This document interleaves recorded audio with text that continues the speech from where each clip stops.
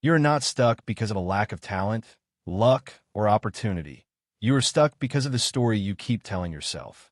Every single day, an invisible narrative is running in the background of your mind, shaping how you see yourself, what you attempt, and what you quietly avoid. That inner voice decides whether you take the risk, speak up, ask for more, or settle for less. It's not your past, your education, or the economy that defines your limits. It's the script you repeat when no one else is listening. And until you learn how to recognize, challenge, and rewrite that story, your life will continue to follow the same patterns, no matter how badly you want change. The stories we tell ourselves, how your inner narrative shapes your entire life. There's something profoundly powerful happening inside your mind right now. Something so subtle, yet so absolutely transformative that most people go through their entire lives without ever recognizing it. And that is the simple fact that you are constantly telling yourself a story about who you are, what you're capable of, and what kind of life you deserve to live.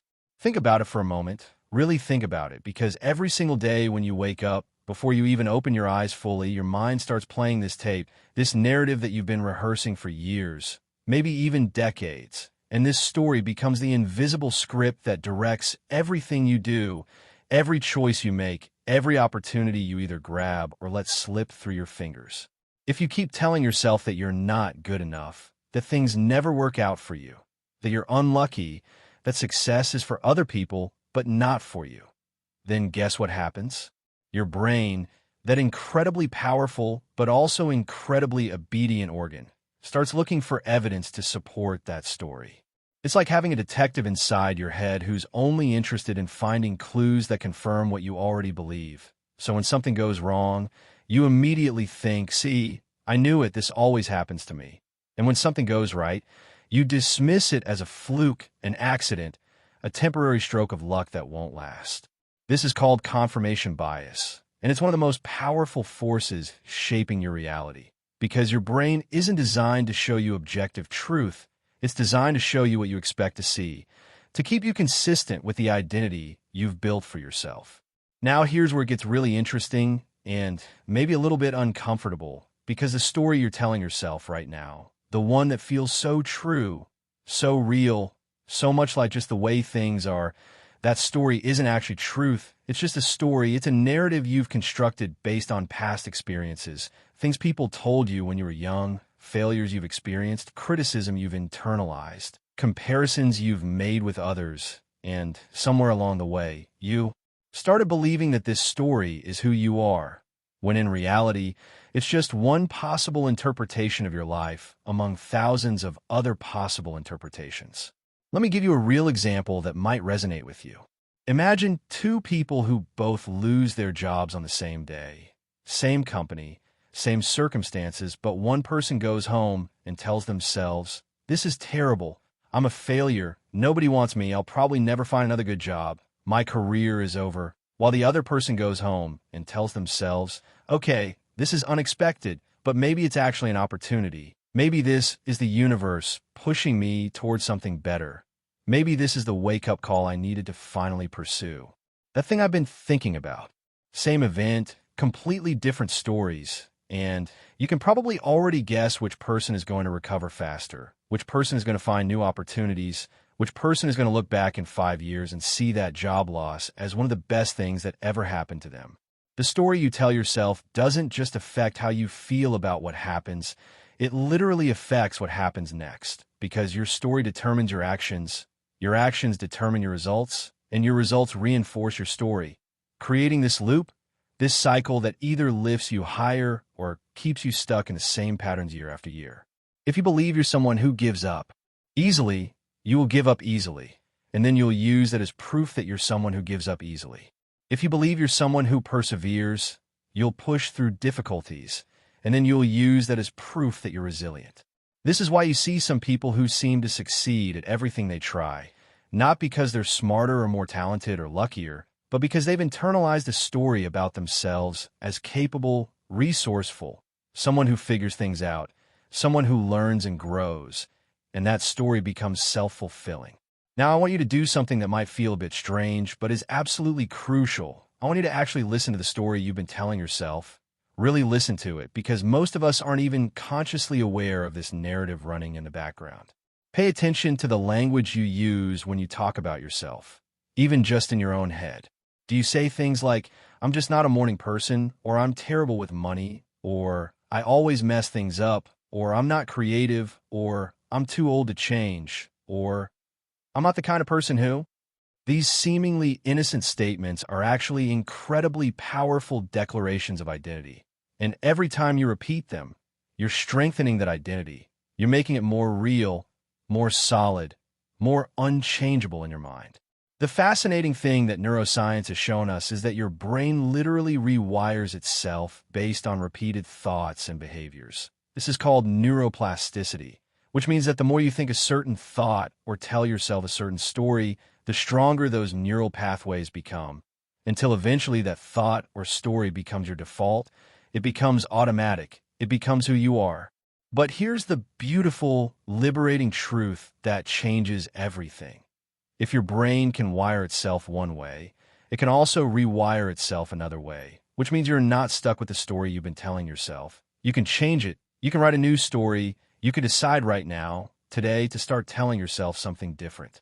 This isn't about lying to yourself or ignoring reality or pretending problems don't exist. It's about recognizing that there are multiple ways to interpret any situation, multiple stories you could tell about your life, and you have the power to choose the story that serves you, the story that empowers you, the story that opens doors instead of closing them. So what would happen if you started telling yourself a different story? What if instead of "I'm not good at this," you said, "I'm learning this"? What if instead of "I always fail," you said, "I've had setbacks and I'm becoming stronger because of them"? What if instead of "I'm stuck," you said, "I'm figuring out my next move"? These aren't just empty positive affirmations. These are fundamentally different frameworks for understanding your life, and different frameworks lead to different actions, which lead to different results. Think about the most successful people you know or have read about. Not just financially successful, but people who seem genuinely fulfilled, who've overcome obstacles, who've created meaningful lives, and you'll notice that almost all of them have one thing in common. They tell empowering stories about their struggles. They don't pretend the struggles didn't happen, but they frame them as character building, as learning experiences, as necessary steps on their journey. They say things like, "That failure taught me everything I needed to know to succeed later," or "Getting rejected from that opportunity led me to something even better," or "That difficult period made me who I am today." They've mastered the art of narrative reframing, of taking the raw material of their lives and weaving it into a story of growth, resilience, and possibility. Now, I know what some of you might be thinking. You might be saying, "But my struggles are real, my limitations are real, my past is real. I can't just pretend none of that exists." And you're absolutely right. Your experiences are valid. Your pain is real. Your challenges are legitimate, and I'm not suggesting you deny any of that. What I'm suggesting is that you examine the meaning you've attached to those experiences, because the experiences themselves are neutral. They're just events that happened, but the meaning, the interpretation, the story you tell about what those events say about you and your future, that's where your power lies. Two people can go through nearly identical childhood trauma, and one becomes bitter, closed off, convinced that the world is against them and they'll never be happy, while the other becomes compassionate, open, determined to create the love and safety they never had, convinced that their past has given them strength and wisdom. Same trauma, different stories, completely different lives. The story you keep repeating becomes the life you keep living, because your mind doesn't distinguish between the story and reality. To your brain, the story is reality, and it will work tirelessly to make your external world match your internal narrative. This is why people often stay in situations that are clearly bad for them, relationships that don't work, jobs they hate, habits that harm them. Because leaving would require changing their story, and changing your story feels like changing who you are, which is terrifying for most people, even when who you are isn't making you happy. But here's what I want you to understand with absolute clarity. You're not your story. You're the author of your story, and authors can always choose to write something new. You can honor your past while not letting it define your future. You can acknowledge your mistakes without making them your identity. You can recognize your struggles without making them your destiny. Starting today, you can begin practicing what I call conscious narrative choice, which means paying attention to the stories you tell about yourself and deliberately choosing stories that serve your growth and well-being. When something doesn't go as planned, instead of automatically jumping to, "I'm such an idiot, why do I always do this?" you can pause, take a breath, and choose a different response. Okay, that didn't work. What can I learn from this? What will I do differently next time? When you're facing a challenge, instead of "this is too hard, I can't do this," try "this is challenging, and I'm figuring it out step by step." When you're starting something new, instead of "I'm probably going to fail," try "I'm going to give this my best effort and see what happens, and whatever happens, I'll learn from it." These might seem like small shifts in language, but I promise you, they create massive shifts in psychology, in behavior, and outcomes. The words you use to describe your experience literally shape your experience, because words aren't just describing reality, they're creating reality in your mind. Every time you repeat your story, you're reinforcing it, you're making it stronger, you're making it more likely to continue. So the question you need to ask yourself is this: is the story I'm telling myself about my life, about my capabilities, about my worth, about my future, is this story helping me become who I want to be, or is it keeping me stuck in patterns I want to break? And if it's not serving you, if it's limiting you, if it's causing you pain, then you have permission right now to let it go and write something new. You don't need anyone's permission but your own. You don't need to wait until you have proof that a new story is true. Because here's the secret. You create the proof by living into the new story, by acting as if it's already true, by making choices aligned with who you want to become rather than who you've been. This is how transformation actually happens, not through some magical moment of complete change, but through the gradual, daily practice of telling yourself a different story, choosing different words, taking different actions, and slowly, gradually, sometimes so gradually you don't even notice it happening. Your life begins to shift, your circumstances begin to change, opportunities you never saw before suddenly appear, not because they weren't there, but because you're now looking through different eyes, through the lens of a different story. Your life will always follow the story you keep repeating. So make sure it's a story worth living. Make sure it's a story that excites you, that calls you forward, that makes you want to get up in the morning and see what happens next. Because you only get one life, one chance to tell your story, and it would be tragic to spend it repeating a narrative that doesn't serve you, that doesn't honor the full potential of who you really are and who you could become. Start today, start right now, listen to your story, question it, challenge it, and if it's not empowering you, change it because you absolutely can, and when you do, everything changes with it. The voice in your head, understanding the program that controls your life without you knowing it. There's this voice inside your head right now. You can probably hear it as you're reading these words. Maybe it's commenting on what I'm saying. Maybe it's agreeing or disagreeing.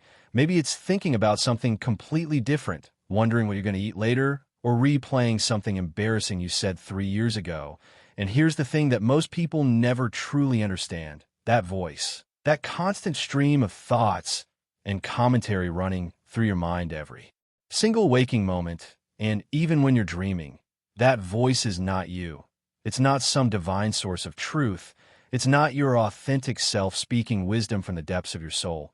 It's actually more like a program, a collection of code written over years and years of conditioning, experiences, things people told you, beliefs you absorbed without even questioning them, fears you inherited, judgments you learned. And this program is running automatically in the background of your consciousness every single day, shaping how you see yourself, how you interpret everything that happens to you, what you believe is possible, what you think you deserve. And the truly wild part is that most people go through their entire lives completely identified with this voice, completely convinced that this voice is them, that these thoughts are their thoughts, that these opinions are their opinions, when in reality, this inner voice is more like software that was installed in you by your parents, your teachers, your culture, your experiences, especially your painful experiences, and your brain's desperate attempts to protect you from ever feeling that pain again.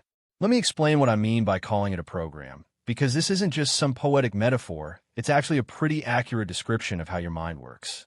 From the moment you were born, your brain started collecting data, observing patterns, making connections, trying to figure out how this world works and how to survive in it.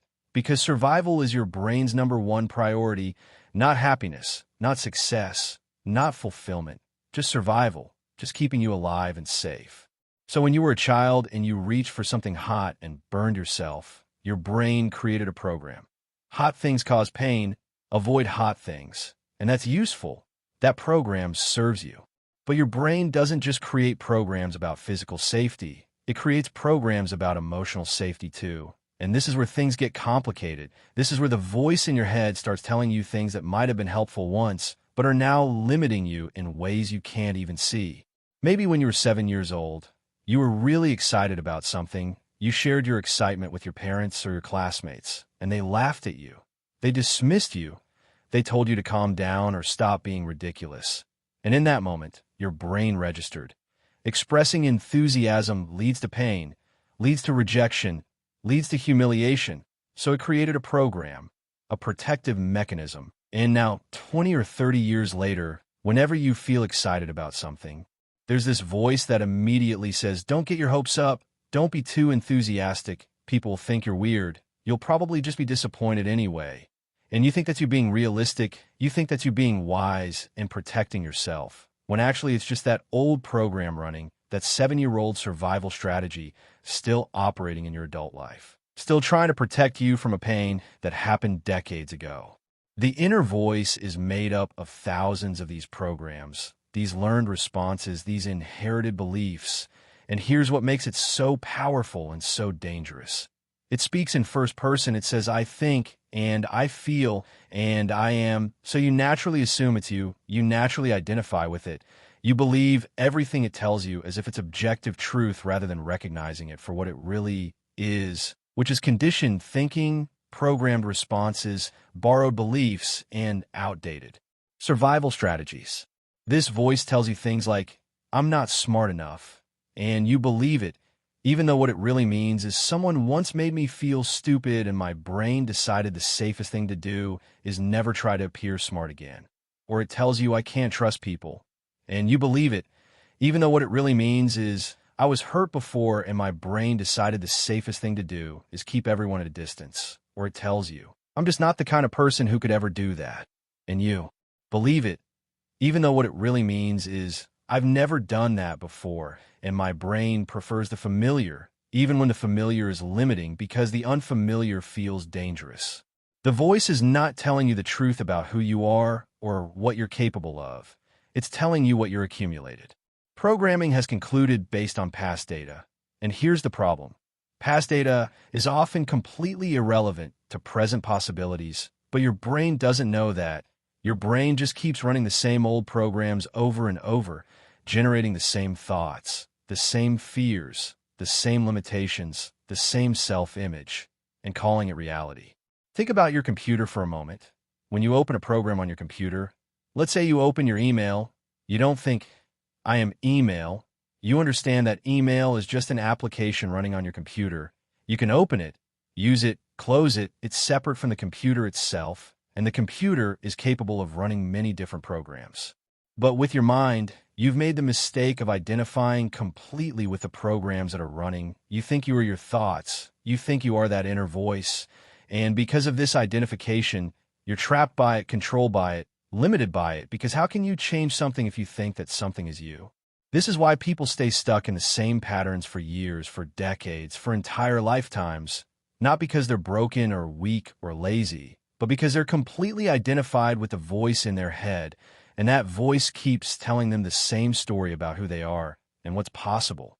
And they keep believing it, keep living according to it, keep making choices based on it. And then those choices create results that confirm what the voice was saying, which makes the voice even louder, even more convincing, even more seemingly true.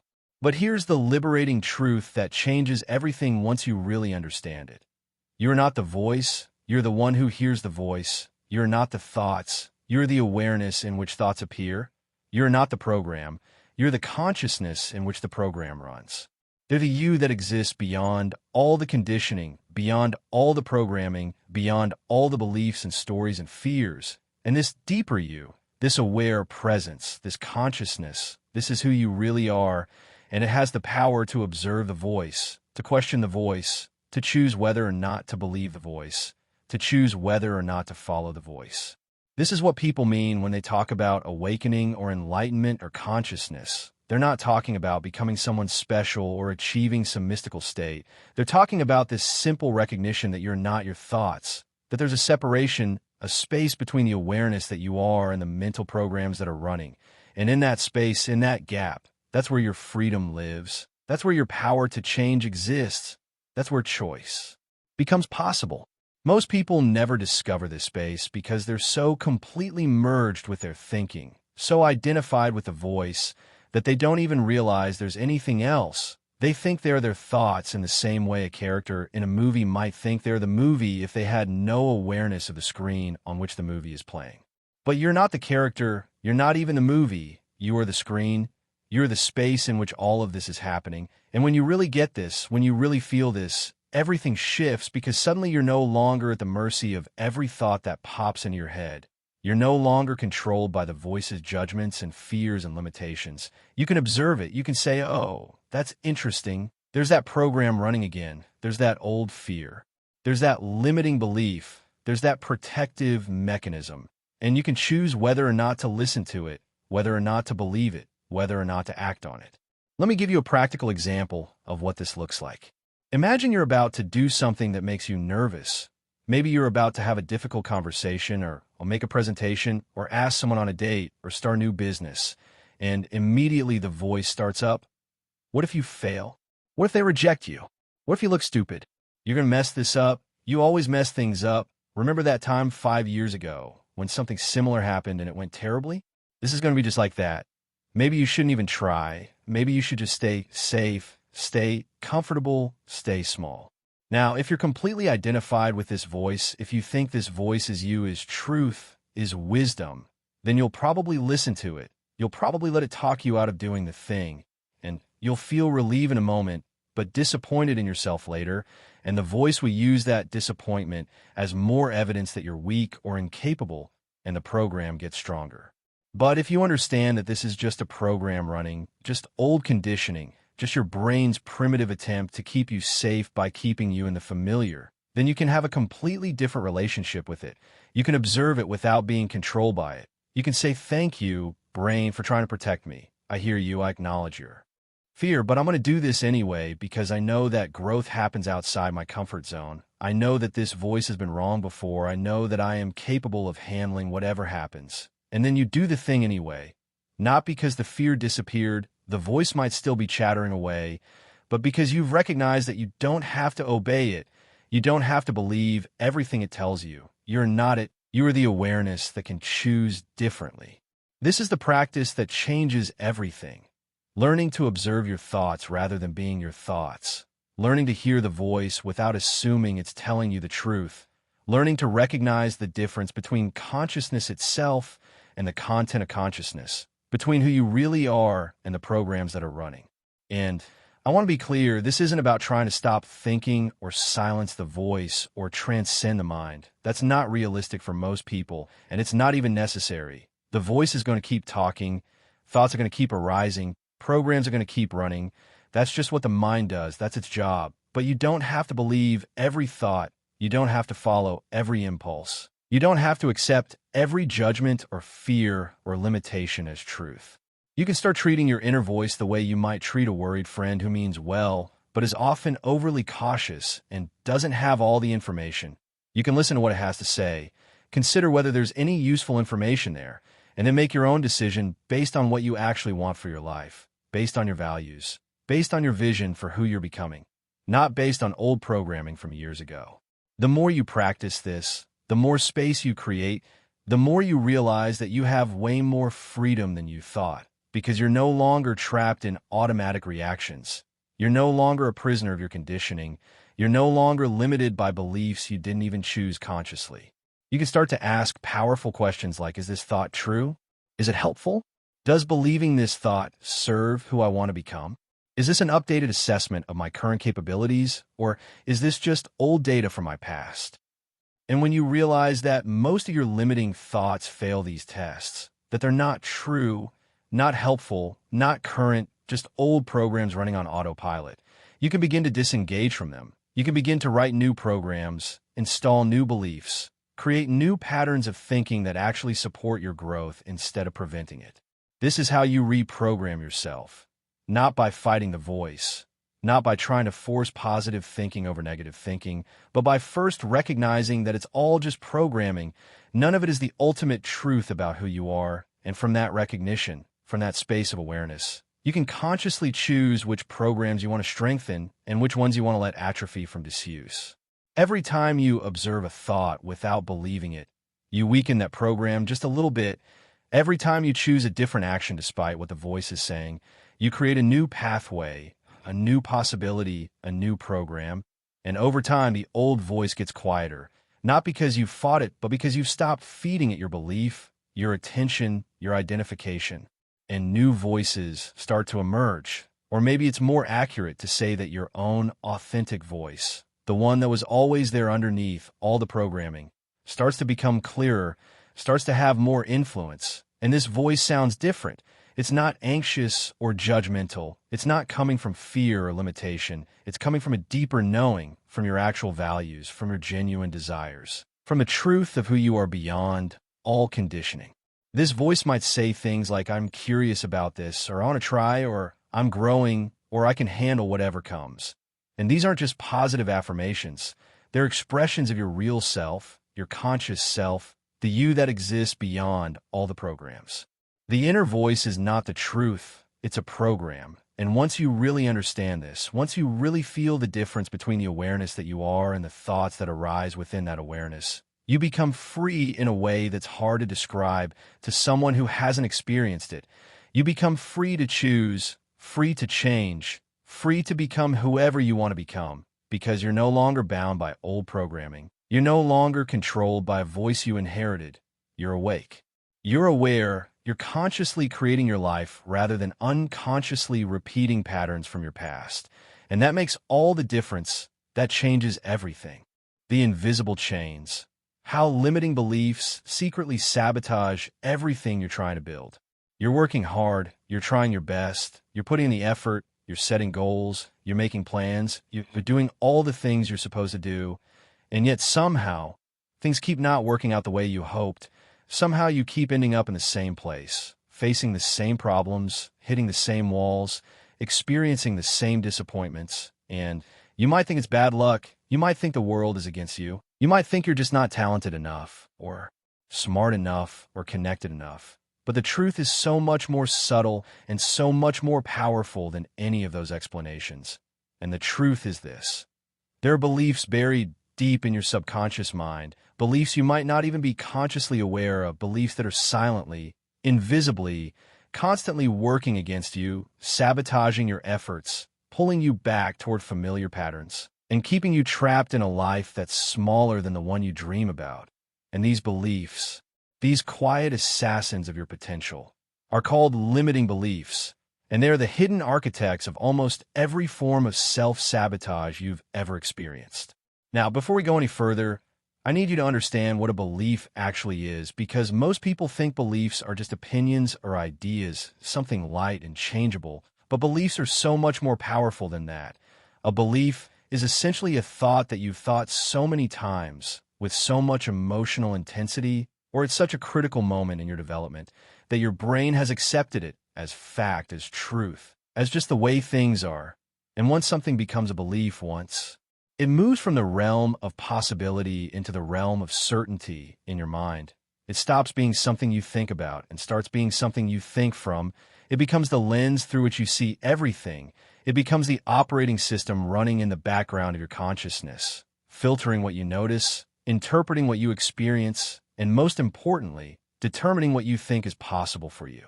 Your beliefs create your reality, not in some mystical, magical way, but in a very practical, psychological way, because your beliefs determine what opportunities you even see in the first place. They determine how you interpret the things that happen to you. They determine what actions you take or don't take. They determine how persistent you are when things get difficult. They determine what risks you're willing to take. They determine what you think you deserve, and all of these things together create the actual results you get in your life. which then reinforce the beliefs you started with, creating this self-fulfilling cycle that can either lift you up or keep you stuck, depending on whether your beliefs are empowering or limiting. And here's the really tricky thing about limiting beliefs, the thing that makes them so insidious, so difficult to recognize and overcome. They don't feel like beliefs, they feel like facts. They feel like reality. They feel like just the way things are, like obvious truths that don't need to be questioned. If you believe I'm not good with money, that doesn't feel like a belief to you. It feels like a fact, like just an accurate description of who you are. And because it feels like a fact, you don't question it. You just live according to it. You make decisions based on it. You avoid situations that might challenge it. And you interpret everything that happens through that filter. So when you do make a financial mistake, you think, see, this proves it. I really am bad with money. And when you make a good financial decision, you dismiss it as luck or an exception, and the belief gets stronger and stronger, more and more ingrained, more and more true in your experience. Even though it was never actually true, it was just a belief that became self-fulfilling. Let me walk you through how these limiting beliefs actually get installed in the first place, because understanding their origin is the first step in dismantling them. Most of your core limiting beliefs were formed when you were very young, between birth and about 7 years old, during a period when your brain was primarily operating in what neuroscientists call theta brainwave state, which is essentially a hypersuggestible state, a state where you're absorbing information directly into your subconscious without the critical thinking filter that adults have.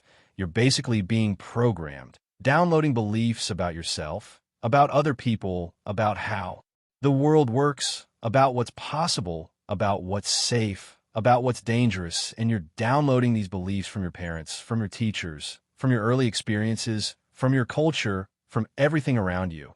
And you're accepting them as truth without question because you don't yet have the cognitive capacity to question them. So maybe your parents, who loved you and were doing their best, but were also carrying their own limiting beliefs. Maybe they said things like, money doesn't grow on trees, or we can't afford that, or rich people are greedy, or you have to work hard for everything you get, or life is a struggle. And your little brain, in that theta state, absorbed those statements not as opinions or possibilities, but as facts about how reality works. And now, 30 or 40 years later, you're wondering why you can't seem to get ahead financially, why money feels so hard, why you feel guilty when you have it and anxious when you don't. And it's because there's this belief system running in your subconscious that was installed decades ago that says money is scarce, money is bad, money is hard, people like us don't have money. And this belief system is sabotaging every effort you make to change your financial situation. Or maybe when you were a kid, you were really excited about something you created. Maybe you drew a picture or wrote a story or sang a song, and you showed it to someone whose opinion mattered to you, and they laughed or criticized it or didn't pay attention. And in that moment, your young mind created a belief: my creativity isn't valuable. People will judge me if I express myself. It's not safe to share what I create. And now you're an adult who has all these creative ideas but never follows through on them, who starts projects but never finishes them, who dreams about writing a book or starting a business or making art, but always finds some reason not to do it, some excuse, some distraction, some other priority, and you think you're just being realistic or practical or responsible, but actually, you're just being controlled by that old limiting belief, that old program that says it's not safe to be seen. It's not safe to be creative. It's not safe to put yourself out there. And so you sabotage yourself. You procrastinate. You perfectionism yourself in a paralysis. You make sure that you never actually have to face the vulnerability of showing your work to the world, because the belief is doing its job, protecting you from the pain it thinks you'll experience if you try, even though that pain is from the past, even though you're not that vulnerable child anymore, even though the current reality might be completely different. These beliefs operate like invisible fences, like those underground electric fences people use for dogs, where the dog learns that if it goes past a certain boundary, it gets shocked. And after a while, the dog doesn't even try to go past that boundary anymore. Even if you turn the fence off, even if you remove it completely, the dog will stay within those old boundaries because the belief is so strong. The association is so ingrained. And this is exactly what happens with humans. We have these invisible boundaries around what we believe is possible for us. what we believe we're capable of, what we believe we deserve, and we stay within those boundaries our entire lives. Not because the boundaries are real, not because we couldn't step across them anytime we wanted, but because the belief makes them feel real, makes them feel solid, makes them feel dangerous to cross. And here's what makes limiting beliefs so particularly destructive.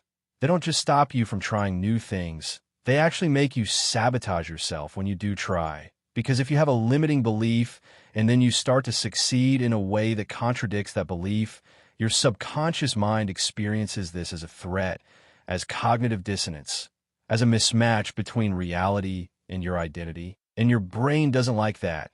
Your brain wants consistency, wants predictability, wants your external reality to match your internal beliefs. So we'll actually work to sabotage your success in order to bring you back into alignment with your limiting beliefs, to bring you back to what feels familiar, even if familiar is painful, because to your subconscious mind, familiar equals safe.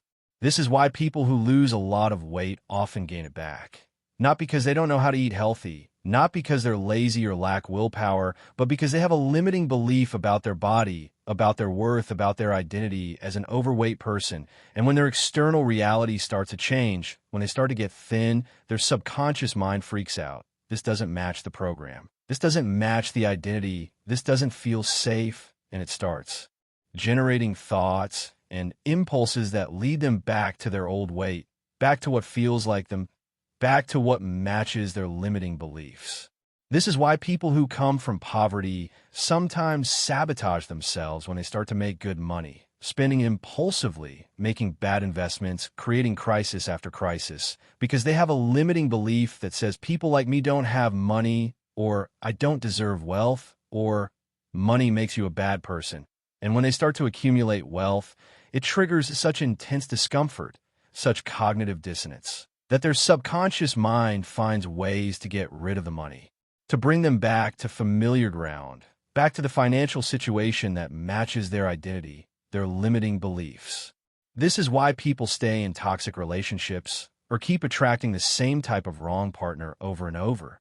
Not because there aren't good people out there, not because they consciously want to be unhappy, but because they have limiting beliefs about love, about relationships, about what they deserve, about whether they're worthy of being truly loved, beliefs like all men are cheaters, or I'm too damaged for a healthy relationship, or love always ends in pain, or I'm not attractive enough for someone really great.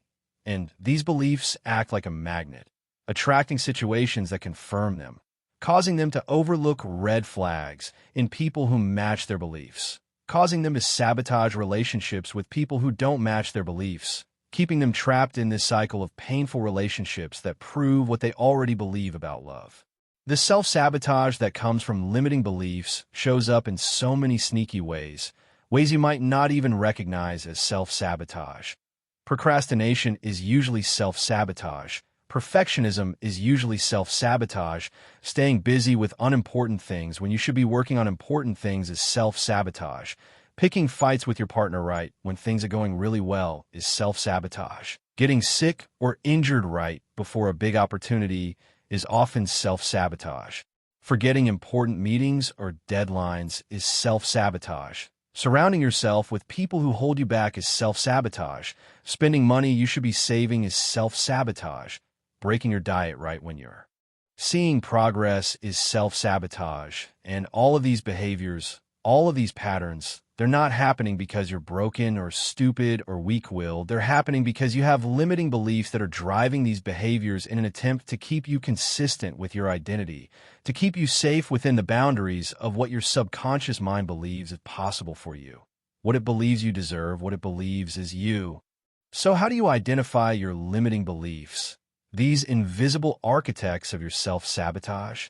You look at the areas of your life where you're stuck, where you keep hitting the same walls, where you keep experiencing the same problems, where you keep saying you want something different but somehow keep ending up in the same place, and you ask yourself, what would I have to believe about myself, about other people, about the world for this to keep happening?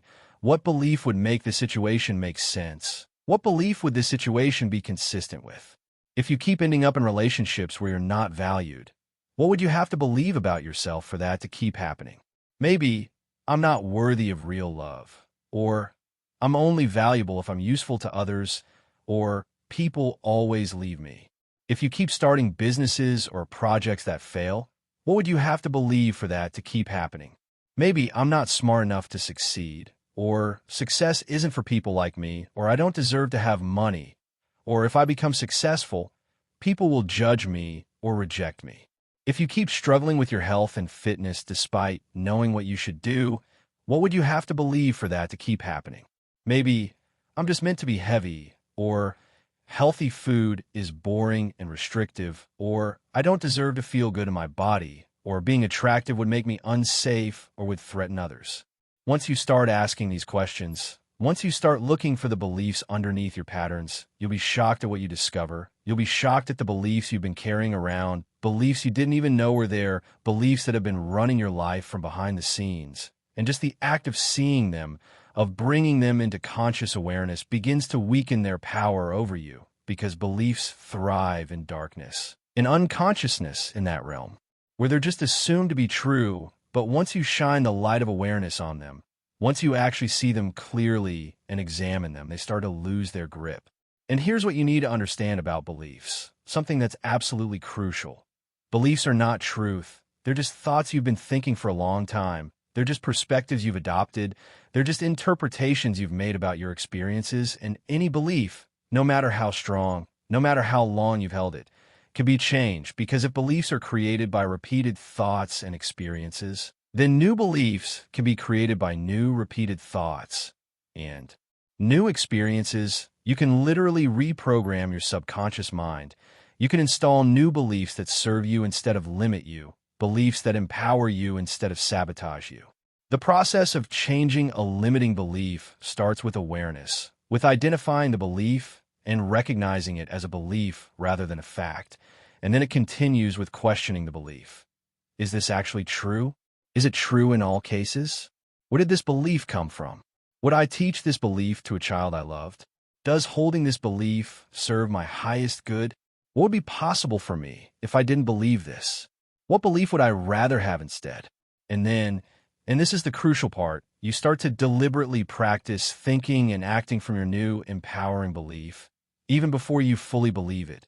Even when the old belief is still there arguing with you. You make decisions as if the new belief were true. You take actions that are consistent with the new belief. You gather evidence for the new belief by noticing anything that supports it. And over time, through repetition and through new experiences that contradict the old belief and support the new one, the new belief gets stronger, the neural pathways associated with it get more developed, and the old belief gets weaker. The neural pathways associated with it start to atrophy from disuse, and gradually your entire experience of life begins to shift because you're seeing through different eyes. You're operating from a different operating system. You're no longer being controlled by those hidden architects of self-sabotage, those limiting beliefs that were installed years or decades ago. You're now consciously choosing what you believe, consciously creating the lens through which you see the world. And that changes everything. That changes what you see as possible, what you're willing to try, how you interpret setbacks, how persistent you are, what opportunities you recognize, what actions you take, and ultimately what results you create in your life. The limiting beliefs are not who you are. They're just old programming, just outdated software, just stories you inherited or concluded based on limited information from your past. And you have the power right now, today, to start questioning them, to start changing them, to start liberating yourself from their invisible control. Because the only thing that has ever really been holding you back is not your circumstances, not your past, not your resources, not other people. It's these beliefs, these hidden architects of self-sabotage. And once you dismantle them, once you replace them with beliefs that actually serve your growth and your dreams, you'll be absolutely amazed at what becomes possible, at what you're actually capable of, at who you actually are underneath all that limiting programming. And that's when your life truly begins to transform, not from the outside in, but from the inside out, from the level of belief, from the level of identity, from the level where all real change originates and all lasting transformation occurs. The strange loyalty, why your mind fights to keep you stuck in stories that cause you pain. There's something deeply paradoxical about the human mind that most people never truly understand, something that seems almost cruel in its irony. And it's this. Your brain, this magnificent organ that's capable of incredible creativity and problem-solving and adaptation. This same brain will actually fight against you, will actively resist your attempts to change, will sabotage your efforts to grow. Not because it hates you, not because it wants you to suffer, but because it's trying to protect you, because it has confused safety with familiarity, because it believes that the stories you've been living, even the painful ones, even the ones that are clearly hurting you and holding you back, are somehow safer than the unknown territory of a new story, a new identity, a new way of being. Your brain is essentially a prediction machine. It's constantly trying to anticipate what's going to happen next based on what's happened before. It's looking for patterns, creating models of reality, building narratives that help it make sense of a complex and often chaotic world. And these narratives, these stories about who you are and how the world works, they become your brain's map for navigating life. And once that map is created, once those neural pathways are established, once that story becomes your identity, your brain becomes incredibly invested in maintaining it, in proving it right, in keeping it consistent. Because consistency feels like safety to your brain, predictability feels like control, and the familiar, even when the familiar is painful, feels less threatening than the unpredictable unknown of change. Think about it this way. Imagine you've been living in the same house for 20 years. It's not a great house. Maybe the roof leaks. Maybe the heating doesn't work properly. Maybe it's in a neighborhood you don't love, but it's your house. You know every creaky floorboard, every crack in the wall, every quirk and problem. You know how to navigate in the dark. You know what to expect. And even though it's not perfect, even though you complain about it, even though part of you dreams of a better house, there's something comfortable about its familiarity, something safe about knowing exactly what you're dealing with. Now imagine someone tells you that you need to move to a completely new house in a completely new neighborhood, a house that might actually be better in every way, but you've never seen it. You don't know the layout, you don't know the neighbors, you don't know if the pipes will burst in winter or if the foundation is solid. Everything is uncertain, everything is unknown. And even though logically you know this new house might be an improvement, there's this part of you that wants to stay in your old familiar house, that feels anxious about the move, that start coming up with reasons why maybe the old house isn't so bad after all. Maybe you could just fix the roof. Maybe the problems are manageable. Maybe change is too risky, too uncertain, too scary. This is exactly what your brain does with your stories about yourself, with your beliefs, with your identity. Even when those stories are limiting you, even when those beliefs are causing you pain, even when that identity is keeping you small and stuck, your brain has become so familiar with them, so identified with them, so dependent on them for its sense of who you are and how the world works, that it will actually resist changing them. It will fight to maintain them. It will sabotage your attempts to create new stories, because to your brain, changing your fundamental story about who you are feels like a threat to your very survival, feels like a loss of self, feels dangerous in a primal way that bypasses logic and reason. Let me give you a concrete example of how this shows up. Maybe you've been telling yourself for years that you're socially awkward, that you're not good with people, that social situations make you anxious, and this story has become so much a part of your identity that you can't even imagine yourself as someone who's comfortable and confident in social situations. That's just not who you are, or so you believe. Now, you decide you want to change this. You're tired of feeling anxious. You're tired of missing opportunities. You're tired of being lonely. So you decide to start putting yourself out there more. You accept an invitation to a party. You walk in, and immediately your brain starts freaking out. The amygdala, that ancient alarm system in your brain, starts firing, sending danger signals, flooding your body with stress hormones. And your inner voice starts up. What are you doing here? You don't belong here. These people are going to judge you.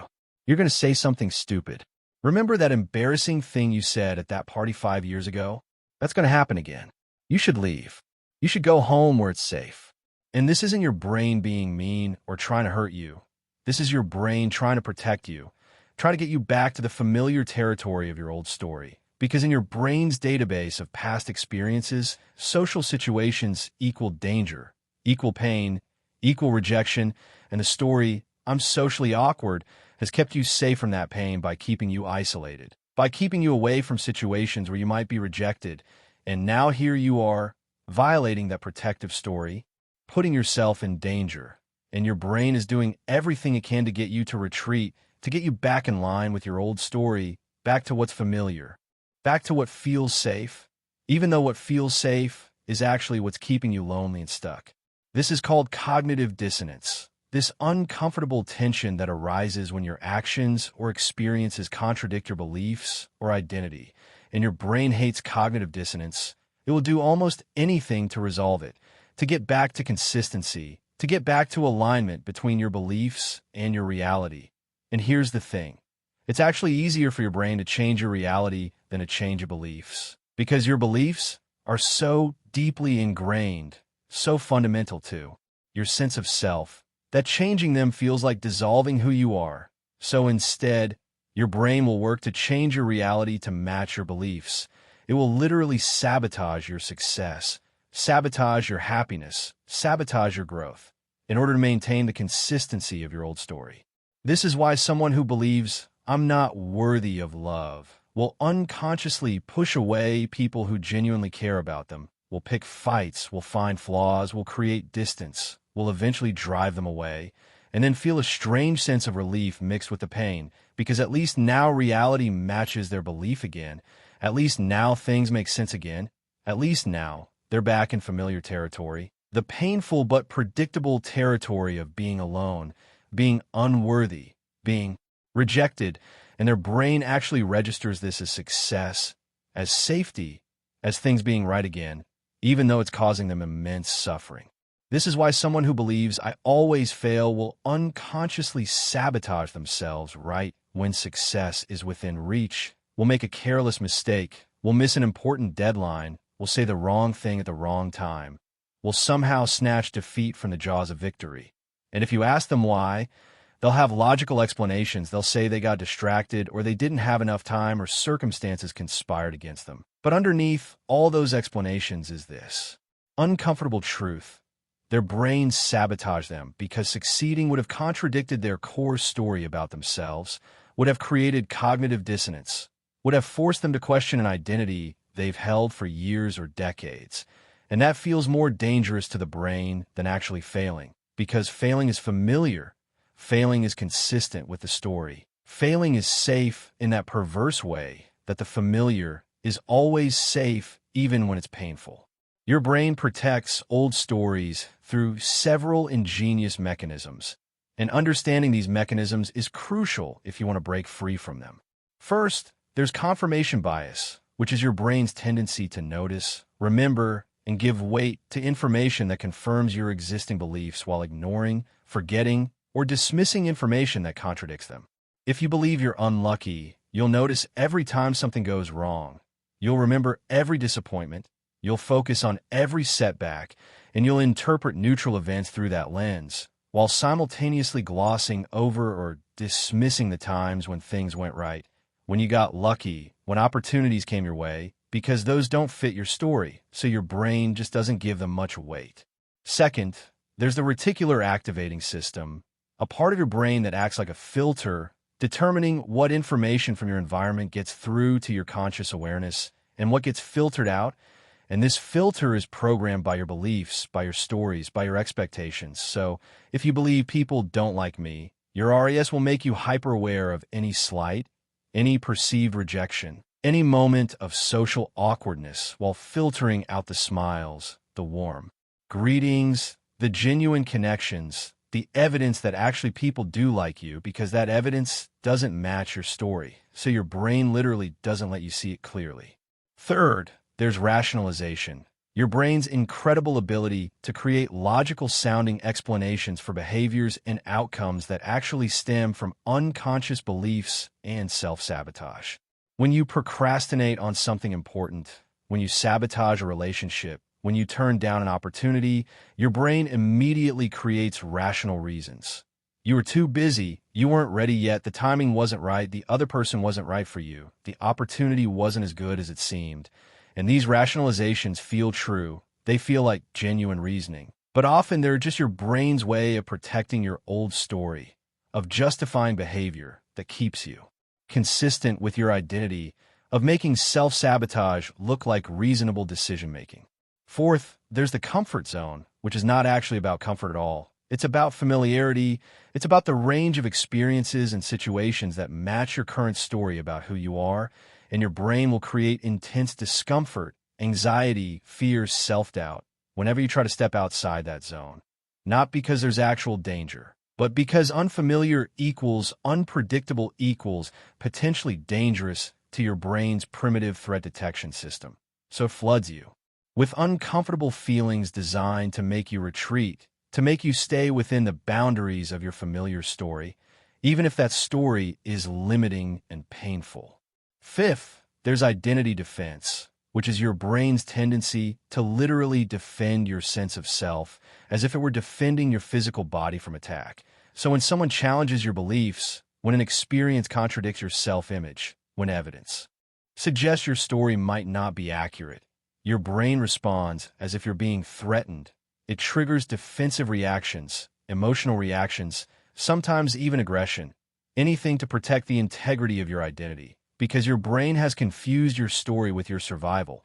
It believes that if your story changes, if your identity dissolves, that you will somehow cease to exist, even though the opposite is true. Even though holding on to a limiting story is what's preventing you from really living, from really becoming who you're capable of being.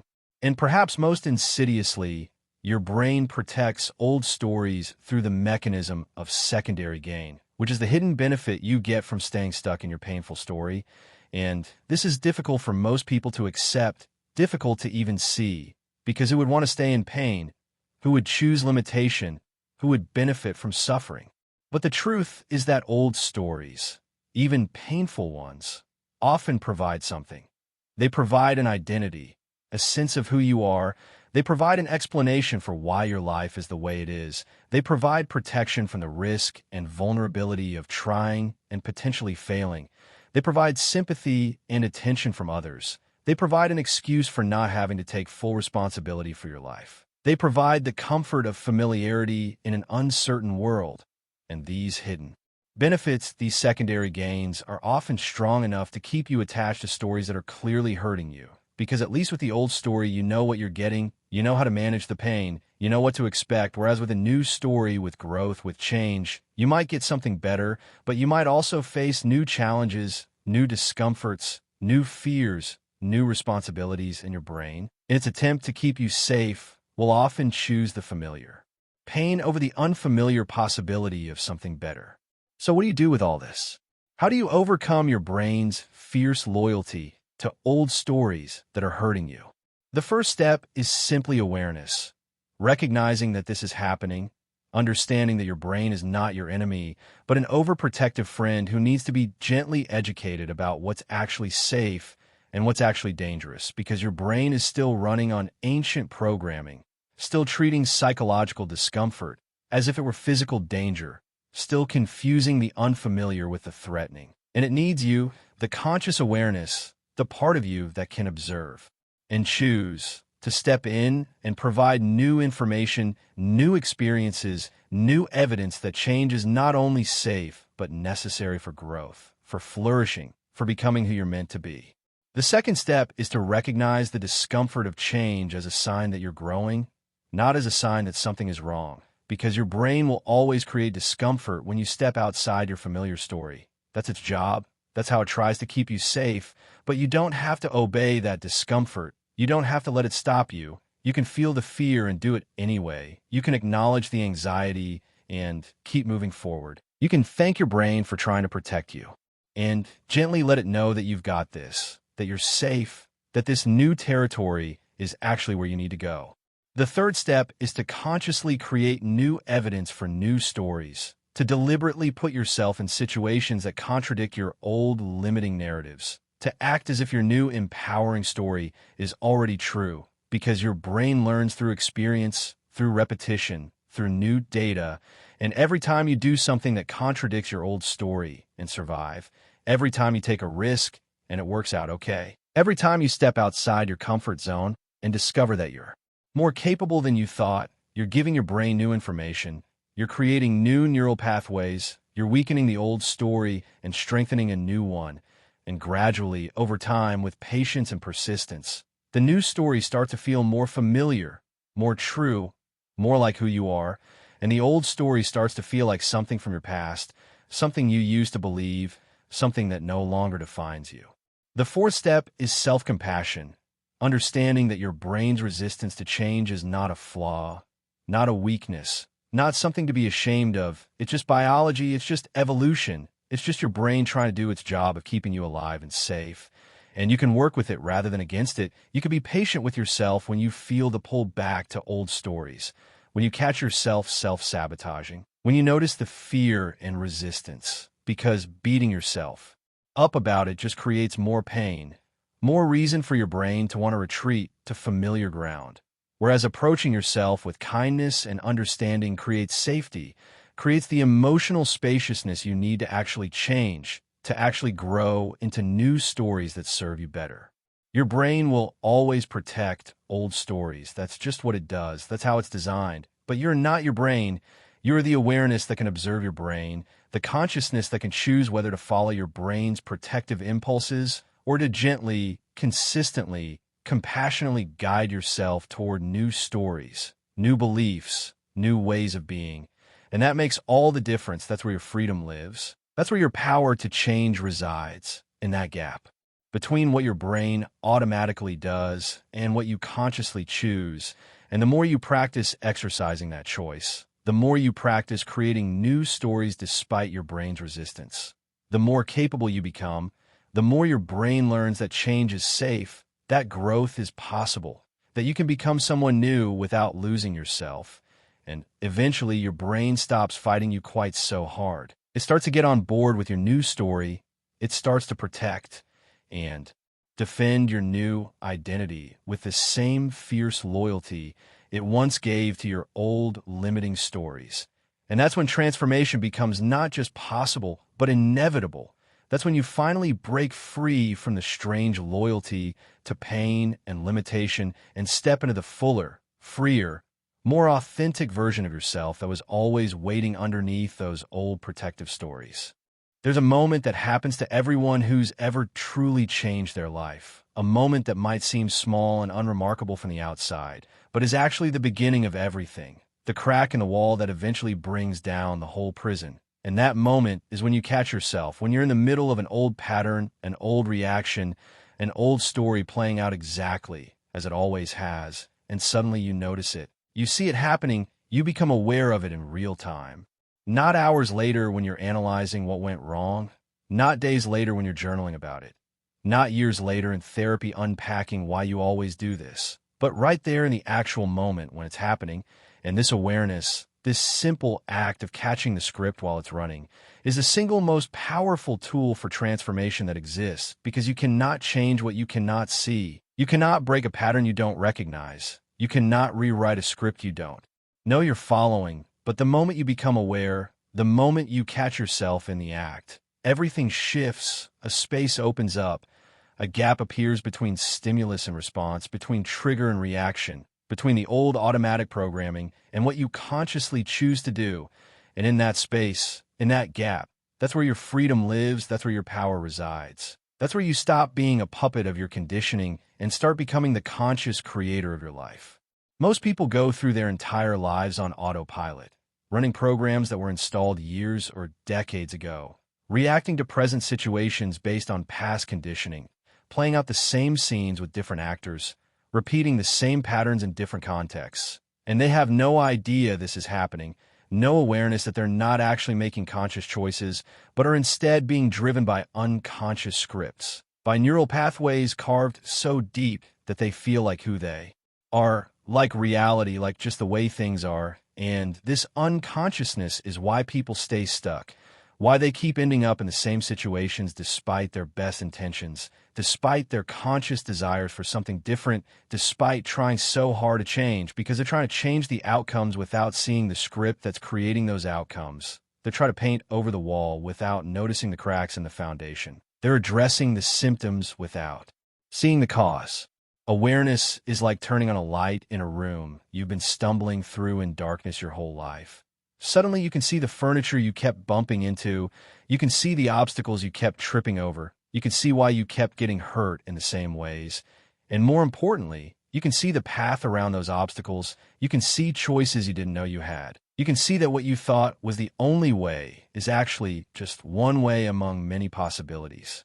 But developing this awareness, this capacity to catch the script in real time, is not something most people naturally have. It's a skill, it's a practice, it's something you have to intentionally cultivate because your brain is designed for efficiency, not for consciousness. It's designed to automate as much as possible so you don't have to think about everything. So you can brush your teeth and drive your car and have conversations without having to consciously direct every single action. And this automation is useful for many things. But it becomes a problem when the automated scripts are ones that hurt you, ones that limit you, ones that keep you stuck in patterns you consciously want to break. So how do you develop this awareness? How do you learn to catch the script in real time? It starts with something that sounds almost too simple to be powerful. And that's just paying attention, just noticing, just watching yourself with curiosity instead of judgment, watching your thoughts, watching your emotions, watching your reactions, watching your behaviors, as if you were a scientist observing an interesting subject, as if you were watching a movie and you're simultaneously the actor and the audience, both in the scene and observing the scene.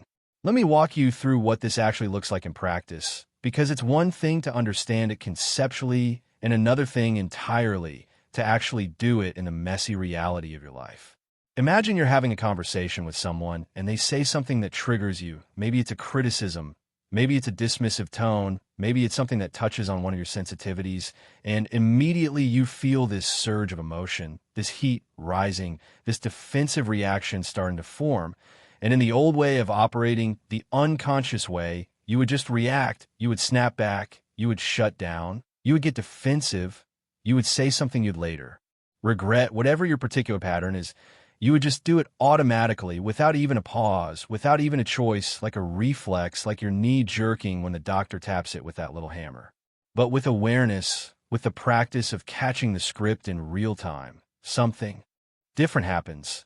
You feel that surge of emotion. You notice that defensive reaction starting to form, and instead of immediately following it, instead of immediately identifying with it and acting from it, you catch it, you notice it, you create this tiny moment of space where you say to yourself internally, oh, there's that feeling again, there's that old pattern, there's that script starting to run. And in that moment of recognition, in that moment of awareness, you're no longer completely merged with the reaction. You're not drowning in it, you're observing it.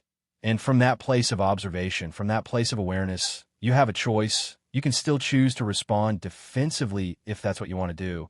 But now it's a choice rather than an automatic reaction, where you can choose something different. You can take a breath, you can pause, you can respond from a more conscious place, from your values rather than from your wounds, from your wisdom rather than from your conditioning. This might sound like a small thing, this moment of awareness, this catching yourself in the act, but I cannot overstate how transformative this is, because this is the difference between being a victim of your conditioning and being free from it. This is the difference between being controlled by your past and being able to create something new. This is the difference between unconsciously repeating patterns and consciously choosing new responses. And every single time you do this, every single time you catch the script in real time and choose differently, you're weakening the old neural pathway and strengthening a new one. You're proving to yourself that you're not stuck, that you're not powerless, that you have agency, that you can change. And this builds momentum, this builds confidence, this builds a new relationship with yourself where you start to trust that you can handle things differently, that you're not doomed to keep repeating the same mistakes forever. The practice of awareness has several layers, several levels of sophistication. And as you develop this skill, you start to catch things earlier and earlier in the process. At first, you might only catch yourself after the fact, after you've already reacted, after you've already said the thing or done the thing, and you're reflecting on it later thinking, why did I do that again? Why did I fall into that same pattern? And even this after-the-fact awareness is valuable. It's the beginning. It's better than never noticing it all, because at least now you're seeing the pattern, you're recognizing the script, you're starting to map out your own psychological terrain. Then, With practice, you start catching yourself in the middle of the reaction. You're halfway through the old pattern, and suddenly you wake up, you realize what you're doing, and maybe you can't completely stop the pattern this time. Maybe the momentum is too strong, but you're aware of it. You're watching it happen, and this awareness itself starts to change the quality of the experience, starts to create a little bit of distance, a little bit of choice, even if you don't fully exercise that choice yet. With more practice, you start catching yourself at the very beginning of the reaction, right when the trigger happens, right when the emotion starts to rise, right when the old script is about to start playing. And this is where real power comes in, because at this early stage, it's much easier to choose differently. The pattern hasn't built up momentum yet, the neural pathway hasn't fully activated, and you can redirect, you can pause, you can take a breath and respond from consciousness, rather than from conditioning. And eventually, with enough practice, you start to develop what you might call predictive awareness, where you know yourself so well, you're so familiar with your patterns and your triggers that you can see situations coming before they even fully happen. You can sense when you're moving toward an old pattern, and you can make conscious choices to avoid the trigger entirely or to prepare yourself to respond differently. You're not just reacting to your scripts anymore, you're anticipating them. You're outsmarting them. You're staying one step ahead of your own conditioning. But here's something crucial that most people get wrong when they first start practicing awareness. Awareness is not the same as judgment. In fact, judgment is the opposite of awareness. Judgment is what keeps you stuck, what keeps you unconscious, what prevents real change. Because when you catch yourself in an old pattern and immediately judge yourself, immediately think, I'm so stupid. Why do I keep doing this? What's wrong with me? I should be better than this by now. When you add that layer of self-criticism, that layer of shame, you're actually making it harder to change, because now you're not just dealing with the original pattern, you're also dealing with all the painful emotions that come from judging yourself for having the pattern. And those painful emotions make you want to look away, make you want to go unconscious again, make you want to avoid awareness altogether, because awareness just leads to feeling bad about yourself. True awareness, transformative awareness, is neutral, it's curious, it's interested, but not judgmental. It's like watching clouds pass across the sky. You don't judge the clouds for being there. You don't criticize them for their shape or their movement. You just observe them. You notice them. You watch them with a kind of detached curiosity. And this is exactly the quality of attention you want to bring to your own patterns, your own scripts, your own conditioning. When you catch yourself in an old pattern, instead of, oh God, I'm doing it again, I'm such a mess, try, oh, interesting, there's that pattern, there's that old script playing out. I wonder what triggered it. I wonder what it's trying to protect me from. I wonder what need it's trying to meet. This kind of curious, compassionate awareness creates safety, creates the psychological space you need to actually see clearly, to actually learn, to actually change, whereas judgment creates contraction, defensiveness, desire to hide, which just reinforces unconsciousness. Another key aspect of catching the script in real time is learning to recognize your early warning signs, your tells, the subtle cues that an old pattern is about to activate. Because patterns don't usually appear out of nowhere. They have a build-up, they have precursors, little signals that something is starting to happen. And if you can learn to recognize these signals, you can intervene much earlier in the process. These early warning signs are different for everyone, but they might include physical sensations like tension in your chest or your jaw, a sinking feeling in your stomach, a rush of heat, a tightness in your throat, or they might include subtle thoughts or images, like a flash of a memory from the past, a familiar story starting to narrate in your mind, a prediction about how this situation is going to go. Or they might include urges or impulses, like the urge to check your phone, to eat something, to leave the room, to pick a fight, to shut down, to distract yourself. Most people ignore these early warning signs or don't even notice them. They're so subtle, so habitual, that they just blend into the background. But if you start paying attention, if you start bringing awareness to these moments right before your patterns activate, you'll start to see them more clearly. You'll start to recognize, oh, that sensation in my chest, that's what always happens right before I get defensive. Or that urge to check my phone, that's what always happens when I'm avoiding something uncomfortable. Or that familiar sinking feeling, that's what always happens when my people-pleasing pattern is about to kick in. And once you recognize these early warning signs, once you learn your own tells, you have so much more power to intervene, to make different choices, to break the pattern before it fully activates.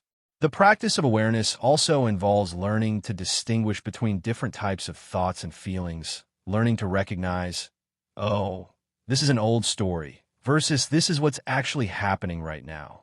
Because so much of our suffering comes from confusing the two, from treating our interpretations as facts, from believing that our thoughts about a situation are the same as the situation itself. When something happens and you immediately think, this is terrible, this means I'm a failure, nothing ever works out for me, that's not reality, that's not what's actually happening, that's a script, that's an interpretation, that's an old story being projected onto a present situation. And if you can catch that in real time, if you can recognize, oh, that's just my nothing ever works out story, that's not necessarily true, that's just the habitual way my mind interprets setbacks, then you create space to see the situation more clearly, to consider other interpretations, to respond more skillfully. One of the most powerful forms of awareness is what might be called meta-awareness, which is awareness of awareness itself, the ability to step back even further and notice the quality of your attention. Notice what your mind is doing. Notice when you've lost awareness and gotten caught up in a script. And this meta-awareness is what allows you to recover quickly when you do get swept up in old patterns, because you'll get swept up, that's guaranteed. No matter how much you practice awareness, you will still have moments where you forget, where you lose consciousness, where you get triggered and react automatically. And that's okay. That's part of being human. What matters is how quickly you come back to awareness, how quickly you notice, so I got lost there for a minute, I got caught up in that old script, but I'm aware of it now, I'm back now. And that recovery, that coming back to awareness, that's what builds the muscle of consciousness over time. The practice of catching the script in real time also involves bringing awareness to the stories you tell yourself about yourself. The ongoing narration that runs in the background of your mind, because you have this narrator in your head, this voice that's constantly commenting on everything, interpreting everything, making everything mean something about you. And most people are so identified with this narrator that they don't even realize it's there. They think they are this narrator. They think this voice is them, but it's not. It's just one more script, one more program running, and you can become aware of it. You can catch it in the act of narrating, and once you do, once you see that there's a difference between the awareness that's listening and the narrator that's speaking, you're free. You're no longer trapped in the stories this narrator is telling. You can hear them without believing them. You can observe them without being controlled by them. This awareness practice is not something you do once and you're done. It's not something you master and then never have to think about again. It's an ongoing practice, a moment-by-moment choice to stay conscious, to stay present, to keep watching, to keep noticing. And there will be times when you're more aware and times when you're less aware, times when you catch things immediately and times when you don't catch them until much later. And that's all okay. What matters is the intention to keep practicing, the commitment to keep bringing awareness to your experience, because every single moment of awareness, every single time you catch the script, no matter how briefly, is a moment of freedom, is a moment where you're not being controlled by your conditioning, is a moment where you're actually alive and present and conscious rather than just running on autopilot. And these moments accumulate, they add up, they create momentum, they change your brain, they change your life, they change who you are, because the more you practice awareness, the more aware you become, the more you live from consciousness rather than from conditioning. And that is the whole point. That is what transformation is really about. Not becoming perfect, not eliminating all your patterns and scripts and conditioning, but becoming aware enough that you're no longer controlled by them, that you have choice, that you can see clearly and respond consciously and create your life deliberately rather than just unconsciously repeating what was programmed into you years ago. And it all starts here with this simple practice of catching the script in real time, of noticing, of watching, of bringing awareness to this present moment and to what's actually happening in your mind and in your experience, right here, right now. There's a massive misunderstanding in the world of personal development, a confusion that has led countless people to give up on changing their lives because they tried something that felt fake, something that felt like lying to themselves, something that their entire being rejected as inauthentic. And that misunderstanding is this: people think that rewriting your narrative, changing your story, Transforming your beliefs means you have to engage in positive thinking, means you have to plaster fake smiles over real pain, means you have to repeat affirmations that feel ridiculous, means you have to pretend everything is wonderful when it's clearly not, means you have to deny reality, ignore problems, suppress negative emotions, and basically gaslight yourself into believing things that your own experience contradicts. And when they try to do this, when they stand in front of the mirror and try to convince themselves that they're confident and successful and abundant when they feel anxious and struggling and broke, their entire system rejects it. Their bullshit detector goes off. Their mind says, this is a lie. This is not true. This is not helping. And they conclude that this whole idea of changing your narrative is nonsense, that you can't just think your way to a different life, that reality is what it is, and pretending otherwise is just delusion. And you know what? They're absolutely right. That kind of positive thinking, that kind of denying reality and papering over problems with cheerful platitudes and forced optimism, that doesn't work. That's not transformation. That's not growth. That's just another form of avoidance, another way of not dealing with what's actually true, another strategy for staying unconscious. And it usually makes things worse because now you're not only dealing with your actual problems, you're also dealing with the shame and frustration of not being able to convince yourself that those problems don't exist or don't matter. But here's what most people don't understand.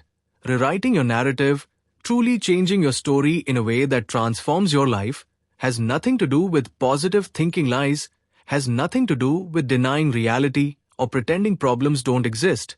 It has everything to do with finding a more accurate, more empowering, more complete way of interpreting reality, of seeing the same facts through a different lens, of choosing different stories about what those facts mean.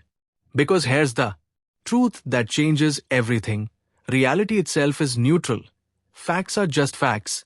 Events are just events. What happened is what happened. But the story you tell about what happened, the meaning you assign to those events, the interpretation you make about what those facts say about you or your future or your possibilities, that's not neutral. That's not objective. That's not the only possible story. That's a choice, often an unconscious choice based on old conditioning, but still a choice. And you can make different choices. You can tell different stories about the same reality. Stories that are just as true, maybe more true, definitely more useful, without lying to yourself, without denying what's real, without engaging in the kind of toxic positivity that makes you want to throw this whole personal development thing in the trash. Let me give you a concrete example so you can see exactly what I mean by the difference between positive thinking lies and honest narrative rewriting. Imagine you just lost your job. That's a fact. That's reality. That happened. And the old story, the limiting narrative that your conditioned mind immediately jumps to might sound like this. I'm a failure. I'm not good enough. This proves I'm incompetent. I'm never going to find another good job. My career is over. I'm going to end up broke and homeless. This is a disaster. My life is falling apart. I always mess everything up. I'm worthless. Now, the positive thinking approach would try to counter this with something like, everything is perfect. This is actually the best thing that ever happened to me. I'm so grateful for this. I'm blessed. I'm abundant. Money flows to me easily. I'm going to be a millionaire next week. Losing my job was a gift from the universe. And if you're sitting there without a job, with bills to pay, with genuine fear and uncertainty about your future, trying to convince yourself of, This positive thinking version is going to feel like a lie, is going to feel fake, is going to feel like you're trying to gaslight yourself. And your mind is going to reject it completely, and rightfully so, because it's not honest, it's not grounded in reality. It's just the opposite extreme of the limiting narrative. It's still distorted, just distorted in the other direction. But here's what honest narrative rewriting sounds like. I lost my job. That's a fact. And it's uncomfortable. It's scary. It brings up real concerns about money and security. Those feelings are valid. And at the same time, this doesn't mean I'm a failure. Doesn't mean I'm not good enough. Lots of competent people lose jobs for all kinds of reasons that have nothing to do with their worth or abilities. Maybe the company was downsizing. Maybe there was a bad fit. maybe the manager had their own issues. I don't know the full story, and more importantly, losing this job doesn't determine my future. It's one event, one data point, not a life sentence. I've overcome challenges before. I have skills and experience. I can look for new opportunities. I can learn from this. I can figure out my next move. This is difficult. Yes, and I can handle difficult things. I have before. I will again. This is not a disaster. This is a challenge, a transition, a moment of uncertainty that I'm going to navigate one step at a time. Do you see the difference? This third version, this honest rewriting, doesn't deny the reality of losing the job, doesn't pretend it's not difficult or scary, doesn't claim everything is perfect, but it also doesn't accept the catastrophic, identity-damaging interpretation that the limiting narrative was offering. It finds a middle path, a story that acknowledges what's true while refusing to make it mean something terrible about you or your future. A story that's grounded in reality, but opens up possibilities rather than closing them down. A story that gives you room to feel your real feelings while also accessing your strength and resilience and capacity to move forward. This is the art of honest narrative rewriting, and it's based on several key principles that distinguish it completely from toxic positivity or positive thinking lies. The first principle is that you acknowledge reality. You don't deny it. You don't minimize it. You don't pretend problems don't exist. You start with what's actually true. You say yes to what is, because you cannot change what you won't acknowledge. You cannot move forward from a place you refuse to admit you're in. And trying to skip over this step, trying to jump straight to everything is great when everything clearly isn't great. That's where positive thinking fails. That's where it becomes a lie. That's where your whole system rejects it. The second principle is that you separate facts from interpretations. You distinguish between what actually happened and what you're making it mean, because so much of what we think of as reality is actually interpretation, is actually story, is actually meaning we've added on top of the bare facts. The fact is I lost my job. The interpretation is I'm a failure. The fact is my partner left me. The interpretation is I'm unlovable. The fact is I made a mistake. The interpretation is I'm stupid and I ruin everything. And when you can separate these, when you can see the difference between the event and your story about the event, you create space to question your interpretations, to examine whether they're actually true, to consider alternative interpretations that might be just as valid or more valid.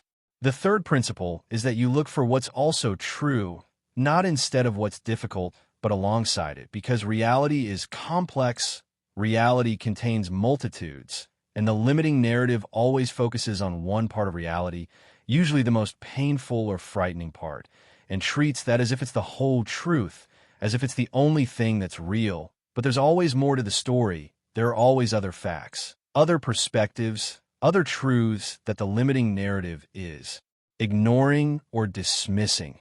An honest narrative rewriting involves deliberately looking for those other truths, bringing them into the picture, creating a more complete and balanced view. So yes, you lost your job, and that's scary and difficult in you.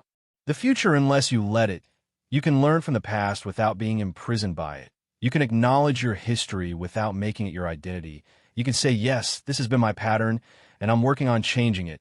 Yes, I struggled with this before, and I'm developing new skills. Yes, this didn't work out last time, and I'm approaching it differently now. This kind of narrative honors the past, while remaining open to the possibility of a different future.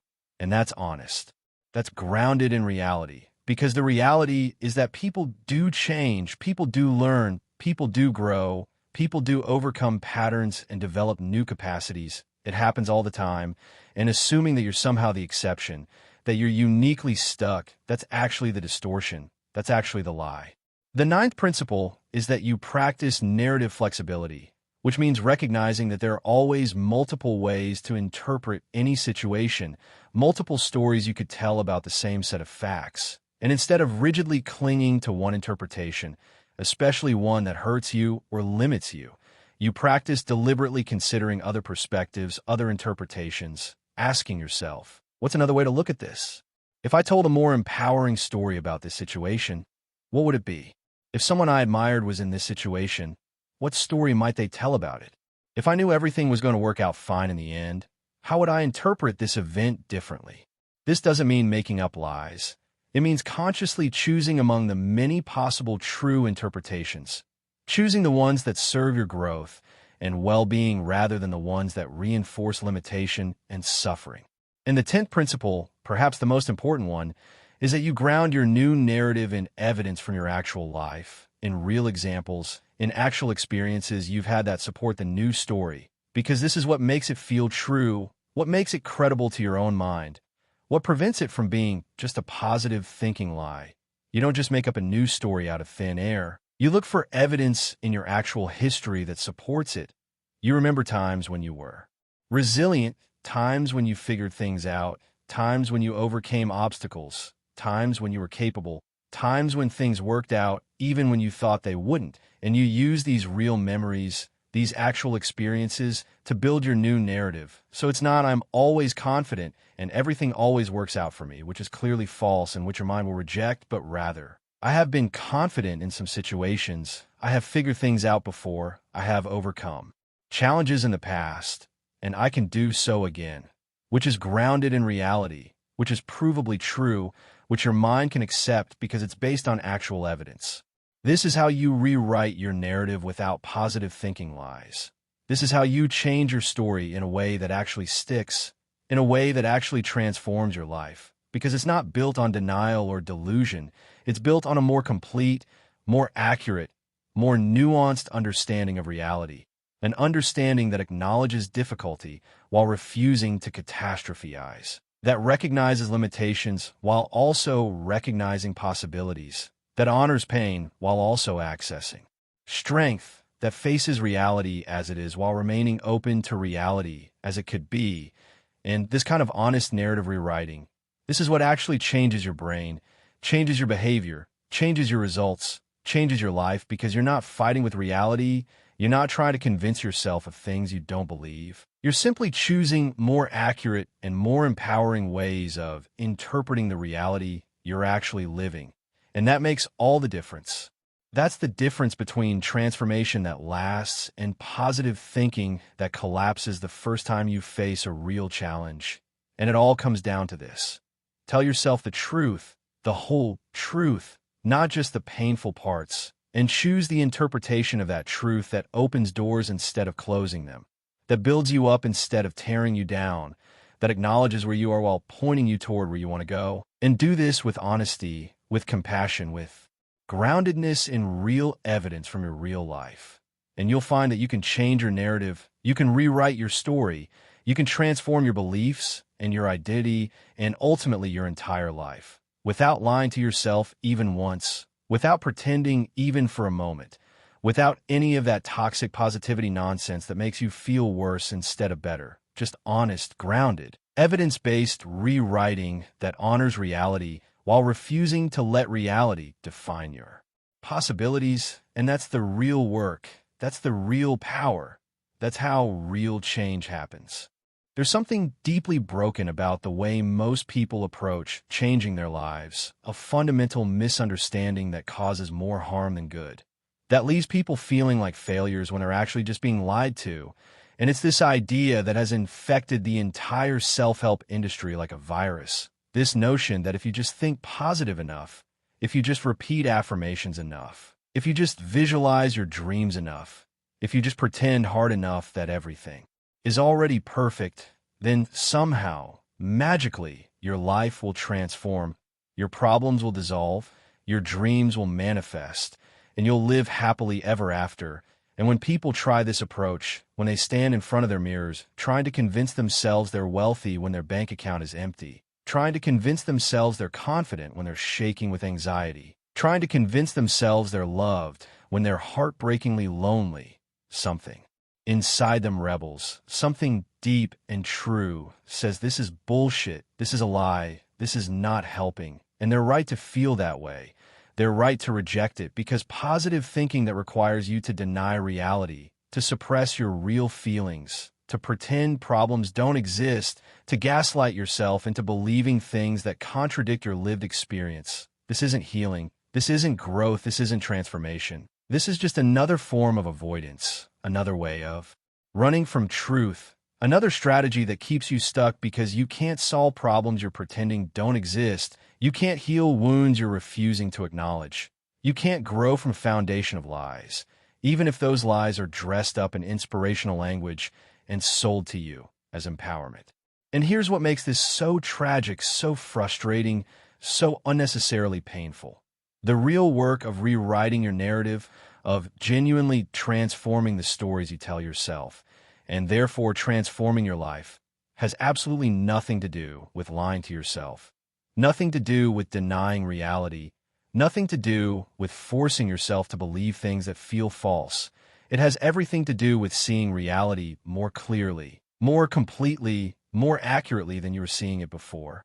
Because here's the truth that the positive thinking industrial complex doesn't want you to understand. You don't need to lie to yourself to change your life. You need to tell yourself the truth, the whole truth, not the distorted, fear-based, worst-case scenario truth that your anxious mind defaults to, and not the fake, everything is perfect, nothing is wrong truth that positive thinking tries to sell you, but the actual, complex, nuanced, multifaceted truth that includes both the difficult parts of your reality and the possibilities that exist within and beyond those difficulties. The truth that acknowledges where you are while refusing to pretend that where you are is where you'll always be. The truth that faces problems squarely while also recognizing your capacity to address those problems. The truth that honors your pain while also accessing your strength. The truth that admits when things are hard while refusing to make that hardness means something catastrophic about you or your future. Let me break down exactly what I mean by this, because this distinction between positive thinking lies and honest narrative transformation is crucial. It's the difference between change that lasts and change that collapses the moment you face a real challenge. It's the difference between growth that feels authentic and growth that feels like you're constantly pretending to be someone you're not. It's the difference between a story that empowers you and a story that exhausts you because maintaining it requires constant effort to suppress what's actually true. Imagine you're struggling financially, you've got debt, you're living paycheck to paycheck, you're stressed about money constantly. That's your reality. Those are the facts. And the old limiting narrative, the one that's been running in your head probably for years, that narrative says something like, I'm terrible with money. I'll never get ahead. I'm destined to struggle financially forever. I'm not smart enough to make more money. People like me don't become wealthy. I always mess up. Financially, money slips through my fingers. I'm cursed when it comes to money. I'll probably end up poor and alone and miserable. I'm a financial disaster. There's something fundamentally wrong with me that makes me bad with money. This narrative is painful. It's limiting. It's keeping you stuck. And it feels true because you have evidence. You can point to your current situation. You can remember past financial mistakes. You can list all the ways money has been difficult for you. So this story feels like reality, feels like just an accurate description of who you are and how things are. Now, the positive thinking approach would try to counter this with something like, I am wealthy, I am abundant, money flows to me effortlessly, I am a money magnet, I have unlimited abundance, I deserve to be rich, I am financially free, everything I touch turns to gold, the universe provides for me abundantly, I am living my dream life of wealth and prosperity, I have more money than I know what to do with. And if you're sitting there with bills you can't pay, with debt collectors calling, with genuine anxiety about how you're going to make rent this month, trying to repeat these affirmations, trying to convince yourself of this reality that is so dramatically different from the one you're actually living. What happens? Your bullshit detector goes off loudly. Your mind says, this is a lie. This is clearly not true. I'm not wealthy. Money does not flow to me effortlessly. I'm struggling. This is fake. This is stupid. This doesn't help. And you feel worse, not better, because now you're not only dealing with your actual financial stress, you're also dealing with the frustration and shame of not being able to make these affirmations feel true. You're also dealing with this sense that maybe you're doing it wrong. Maybe you're not positive enough. Maybe if you just believe harder, it would work. And this just adds another layer of suffering on top of the original problem. But here's what honest narrative transformation looks like. Here's what telling yourself the truth while also changing your story actually sounds like. Right now, I'm struggling financially. That's true. I have debt. I'm stressed about money. I've made some financial mistakes in the past. These are facts, and I'm not going to pretend they're not real. And also, these facts don't mean I'm fundamentally broken or that I'm destined to struggle forever. Lots of people struggle financially at some point and then figure things out. Financial difficulty is not a permanent identity. It's a temporary situation, and I am capable of learning. I am capable of making different choices. I am capable of developing better financial habits. I have skills and abilities that have value. I can find ways to increase my income. I can learn to manage money better. I might need help. I might need to educate myself. I might need to make some uncomfortable changes, and I can do those things. I have overcome challenges before in other areas of my life. I have learned new skills before. I have changed patterns before. This is hard, yes, and I can handle hard things. I don't have all the answers right now, and I can figure them out step by step. My current financial situation is the result of past choices and circumstances, some within my control and some not. And my future financial situation will be the result of the choices I make starting now. I am not a victim of money. I am someone who is learning to have a healthier relationship with money. I am someone who is growing in this area. I am someone who is committed to improving my financial situation, even though I don't know exactly how yet, and that's okay. Not knowing how yet doesn't mean it's impossible. It just means I'm at the beginning of this learning process, and that's a valid place to be. Do you feel the difference? Do you feel how this third version doesn't require you to lie about your current situation, doesn't ask you to pretend you're wealthy when you're not, doesn't demand that you suppress your real feelings of stress and anxiety, but also doesn't accept the catastrophic, identity-damaging interpretation that the limiting narrative was offering, doesn't agree that you're fundamentally broken or that your struggle is permanent or that you're incapable of change. This is honest narrative transformation. This is changing your story while staying grounded in truth, and it works because your mind can accept it. Your mind doesn't reject it as false. Your mind says, yes, this feels true. This acknowledges where I am and also where I could go. This is real. This is honest. This is something I can work with. The foundation of this approach is radical honesty, starting with an unflinching acknowledgement of what actually is, because you cannot change what you will not face. You cannot heal what you will not feel. You cannot solve problems you're pretending don't exist. And one of the biggest failures of positive thinking is that it encourages you to skip this step, to jump over the reality of where you are and go straight to imagining where you want to be. But that doesn't work. That's like trying to use a map to get somewhere without first figuring out where you're starting from. If you don't know where you are, the map is useless. And similarly, if you don't acknowledge your actual starting point, your actual reality, your actual feelings and struggles and challenges, then any attempt to create change is built on a foundation of denial. And that foundation will crumble the moment reality reasserts itself, which it always does. So the first step in honest narrative transformation is to tell the truth about where you are, to say out loud or write down or at least admit to yourself. This is my situation. These are my struggles. These are my feelings. These are the facts of my current reality, and I'm not going to minimize them. I'm not going to pretend they're not there. I'm not going to skip over them in my rush to feel better. I'm going to acknowledge them fully. I'm going to feel what I actually feel about them. I'm going to face what's actually true, because only from a foundation of truth can I build something real, something lasting, something that actually works. And here's what's beautiful about this approach. The moment you stop fighting with reality, the moment you stop trying to pretend things are different than they are, the moment you just acknowledge, yes, this is hard, yes, I'm struggling, yes, I'm scared, yes, this is where I am, there's this sense of relief, this exhale, this feeling of finally, I can stop pretending, finally I can be honest, finally I can work with what's actually true instead of what I wish were true. And from that place of honest acknowledgement, real change becomes possible. But acknowledgement is only the first step, because if you stop there, if you only acknowledge the difficult reality without also questioning the story you're telling about what that reality means, then you're still stuck. You just become more consciously stuck, more articulately stuck. You can describe your stuckness with great precision, but you're not moving, you're not growing, you're not transforming. So the second step is to separate the facts from your interpretation of the facts, to distinguish between what actually happened or what's actually true and what you're making it mean, because this is where the real work happens. This is where the transformation occurs, in that space between event and meaning, between circumstance and story, between what is and what you tell yourself about what is. Most of what we think of as reality is actually interpretation, is actually story, is actually meaning we've layered on top of bare facts. And we're usually completely unconscious of this. We think our interpretations are reality. We think our stories are facts. We think the meaning we've assigned is inherent in the situation itself. But it's not. It never is. There's always the event, and then there's the story about the event. And these are two different things. And once you can see this difference, once you can separate them, you have immense power. Because while you might not be able to change the event, you can always question and potentially change the story. You can always examine whether the meaning you've assigned is the only possible meaning or even the most accurate meaning.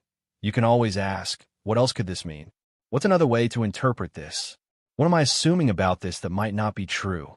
Let me give you more examples so this becomes crystal clear, because this skill of separating facts from interpretation is absolutely foundational to honest narrative transformation. The fact is, I asked someone out and they said no. The interpretation might be, I'm unlovable, nobody will ever want me, I'm going to be alone forever, there's something wrong with me. But that interpretation is not a fact, it's a story, one possible story among many. Another equally valid story might be, this particular person wasn't interested, which happens. It doesn't mean anything about my lovability or my future. It just means we weren't a match.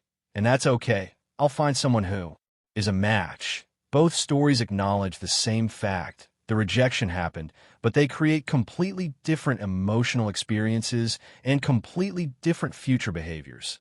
The first story leads to despair and giving up. The second story leads to resilience and continuing to try. And neither story is lying about the facts. They're just interpreting the facts differently. The fact is, I got feedback at work that my performance needs improvement. The interpretation might be, I'm terrible at my job, I'm going to get fired, I'm a failure, I'm incompetent, I don't belong here. But another interpretation could be, my performance in certain areas isn't meeting expectations yet, which means I have specific things I can work on and improve. This is information I can use. This is an opportunity to get better. This is actually helpful feedback, even though it's uncomfortable to hear. Same fact, completely different stories, completely different impacts on your emotional state and your actions. The fact is, I've tried to change this habit multiple times, and I keep falling back into it. The interpretation might be, I have no willpower, I'm weak, I'm hopeless, I'll never change, I'm just destined to be this way. But another interpretation could be, this habit is deeply ingrained, and it's going to take multiple attempts to change it. That's normal, that's how behavior change works. The fact that I keep trying means I haven't given up. The fact that I keep coming back to it means I'm committed. I'm learning something each time I try. I'm getting better at understanding what triggers this habit and what strategies work and don't work. Change is a process, not a single event, and I'm in that process. The fact is, my childhood was difficult. I experienced trauma. I didn't get the love and support I needed. And one interpretation is, I'm damaged, I'm broken. I'm doomed to repeat these patterns. I can't have healthy relationships. My past has ruined me. I'll never be okay. But another interpretation is, my childhood was difficult, and I survived it. I'm stronger than I realize. I developed coping mechanisms that help me, then even if they don't serve me now, I can learn new patterns. I can heal. I can create different experiences in my adult life. My past is part of my story, but it doesn't have to be the end of my story. Many people have healed from difficult childhoods, and I can too. The fact that I'm even thinking about this, that I'm aware of the patterns, means I'm already beginning to change.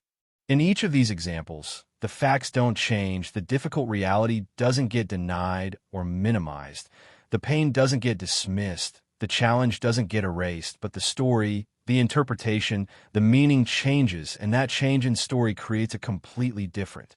There's a painful pattern that plays out in millions of lives every single day, a frustrating cycle that most people don't understand even as they're trapped in it, living it, suffering from it. And it goes like this. You set a goal, you get excited about it. You make plans, you start taking action, you see some initial progress, you feel motivated, you feel like this time is different, this time you're really going to do it. This time you're going to lose the weight or build the business or write the book or transform your relationships or whatever it is you're reaching for. And then almost inevitably, something happens. You start to slip, you start to self-sabotage, you start to fall back into old patterns, and before you know it, you're right back where you started, or maybe even worse off than before, because now you've also got the disappointment and the shame of having failed again, of having let yourself down again, of having proven to yourself once more that you can't do it.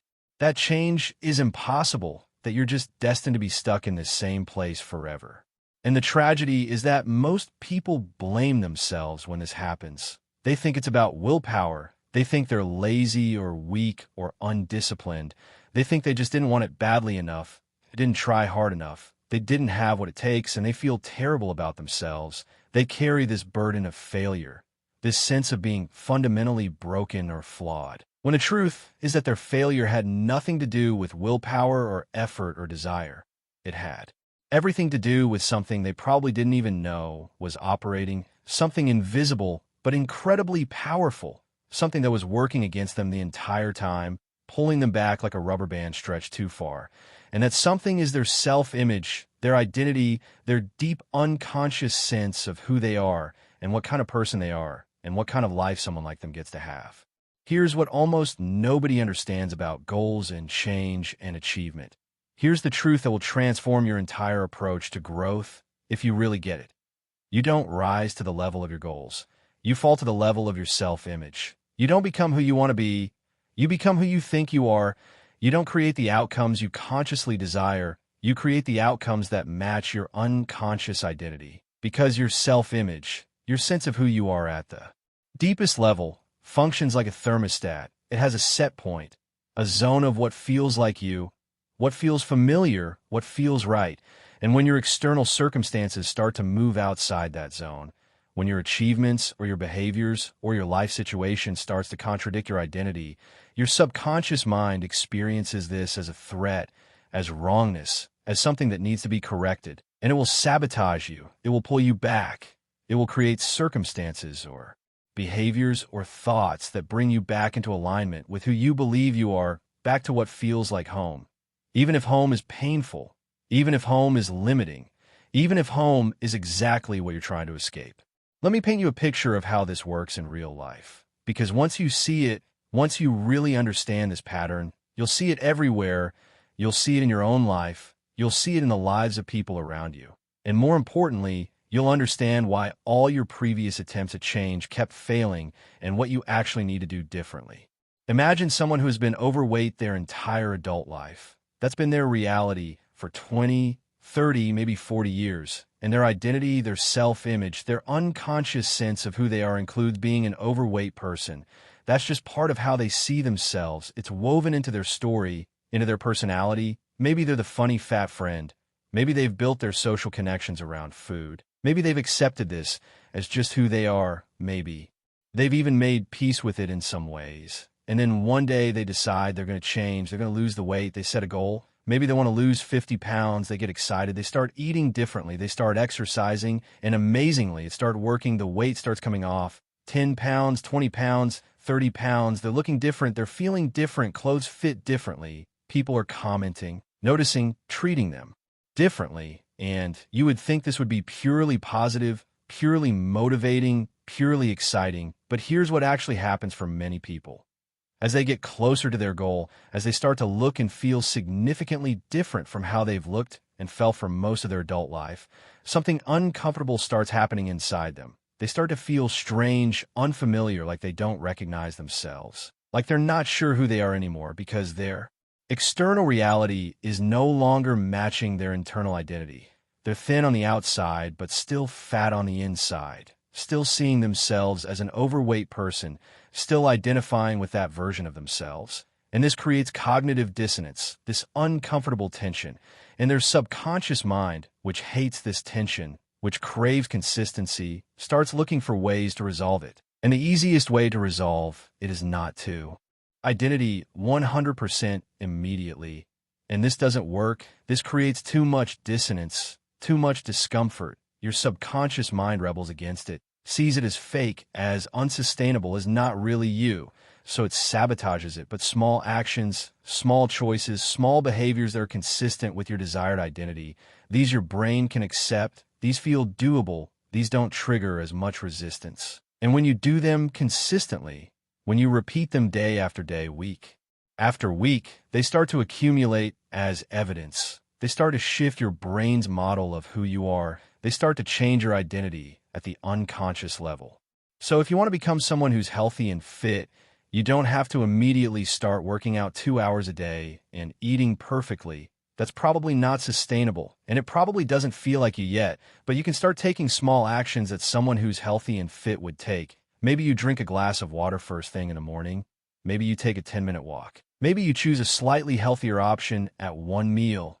And you do these things not because you're trying to force yourself, not because you have to, but because this is what the person you're becoming does. This is who you are now. And every time you take one of these small actions, every time you make one of these small choices, you're casting a vote for your new identity. You're providing evidence to your brain that you are this kind of person. You're shifting your self-image one small action at a time. And this is how real, lasting change happens. Not through dramatic transformations or heroic willpower, but through small, consistent actions that gradually shift your identity, that gradually change who you believe you are at the deepest level. And once that identity shifts, once you genuinely start seeing yourself as someone who's healthy and fit, not as a goal, but as an identity, not as something you're trying to become, but as something you are, then the behaviors become natural, the choices become automatic. You don't have to force yourself to eat healthy or work out. You just do it because that's what you do. That's who you are. And that's when change becomes effortless. That's when transformation becomes sustainable. That's when you stop yo-yoing between progress and regression because your thermostat has changed, your set point has shifted, your identity has transformed. And now your external life naturally aligns with your internal identity instead of constantly fighting against it. And this same process works for every area of life, for becoming financially abundant, for becoming someone who has healthy relationships, for becoming successful in your career, for becoming creative, for becoming confident, for becoming whatever you want to become. It all starts with identity. It all comes down to self-image because you don't rise to the level of your goals. You fall to the level of your identity. And if you want different results, if you want lasting change, if you want real transformation, you have to start by changing who you are, by shifting your self-image, by transforming your identity. And you do that not through thinking or wishing or affirming, but through action, through small, consistent behaviors that provide evidence to your brain that you are becoming someone different, someone new, someone aligned with the life you want to create. And when you commit to this process, when you focus on identity before goals, when you become the kind of person who naturally creates the outcomes you want rather than trying to force outcomes while remaining the same person, everything changes, everything becomes possible, everything flows because you're finally working with your psychology instead of against it. You're finally aligning your conscious desires with your unconscious identity. And that alignment, that coherence, that's where the magic happens. That's where transformation becomes real. That's where change becomes permanent, and that's what you deserve. That's what's possible for you. That's what happens when you understand that you don't rise to goals, you fall to self-image. And when you commit to doing the real work of shifting that self-image, of transforming that identity, of becoming at the deepest level the person who naturally lives the life you want to live. Different experience, a sense of being stopped, being blocked, being unable to proceed. Same challenge, completely different experience based entirely on the metaphor. So choose your metaphors consciously. Choose metaphors that empower you, that open possibilities, that help you cope, that remind you of your strength and capability.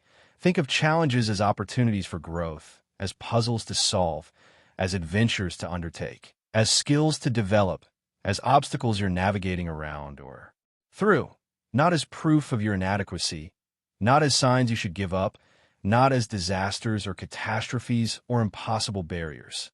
Even the words you use to describe yourself, the labels you attach to your identity, these are programming you constantly, telling you who you are, what you're capable of, what's possible for you, what's not possible for you, what you do, what you don't do.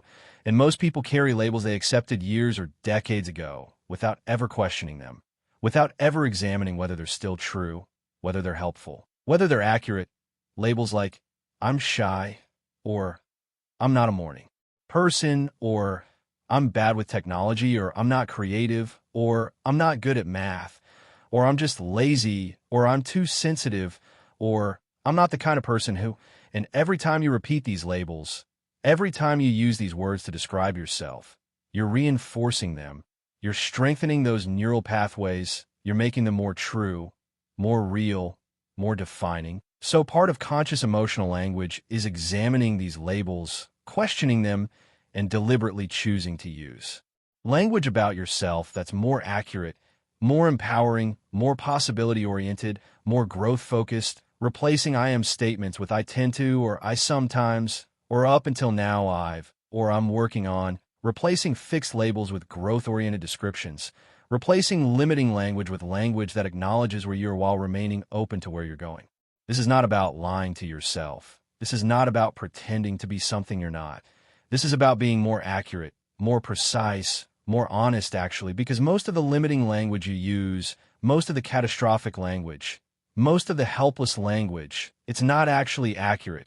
It's exaggerated, it's generalized, it's distorted by fear and conditioning and old patterns. And when you become conscious of your language, when you start choosing words more carefully, more intentionally, you're actually becoming more honest, more accurate, more aligned with reality as it actually is rather than reality as your anxious mind interprets it. And this shift in language, this conscious choice of words that program resilience instead of suffering, capability instead of helplessness, temporary challenge instead of permanent catastrophe. This shift literally changes your brain, changes your nervous system, changes your emotional regulation, changes your stress response, changes your sense of possibility, changes your behavior, changes your results, changes your life, because words are not just words. Words are programming. Words are instructions. Words are power. And when you take control of your words, when you become conscious of the language you use, especially the language you use inside your own head about yourself and your life, you take control of your experience. You take control of your emotional state. You take control of your programming, and that's where real transformation begins. That's where lasting change becomes possible, because you're finally working at the level of cause, at the level where experience is actually created in the language you use, in the words you choose, moment by moment, thought by thought, description by description. And when you get this right, when you master conscious emotional language, everything else becomes easier. Everything else flows from this foundation, because you've learned to program your nervous system deliberately instead of accidentally.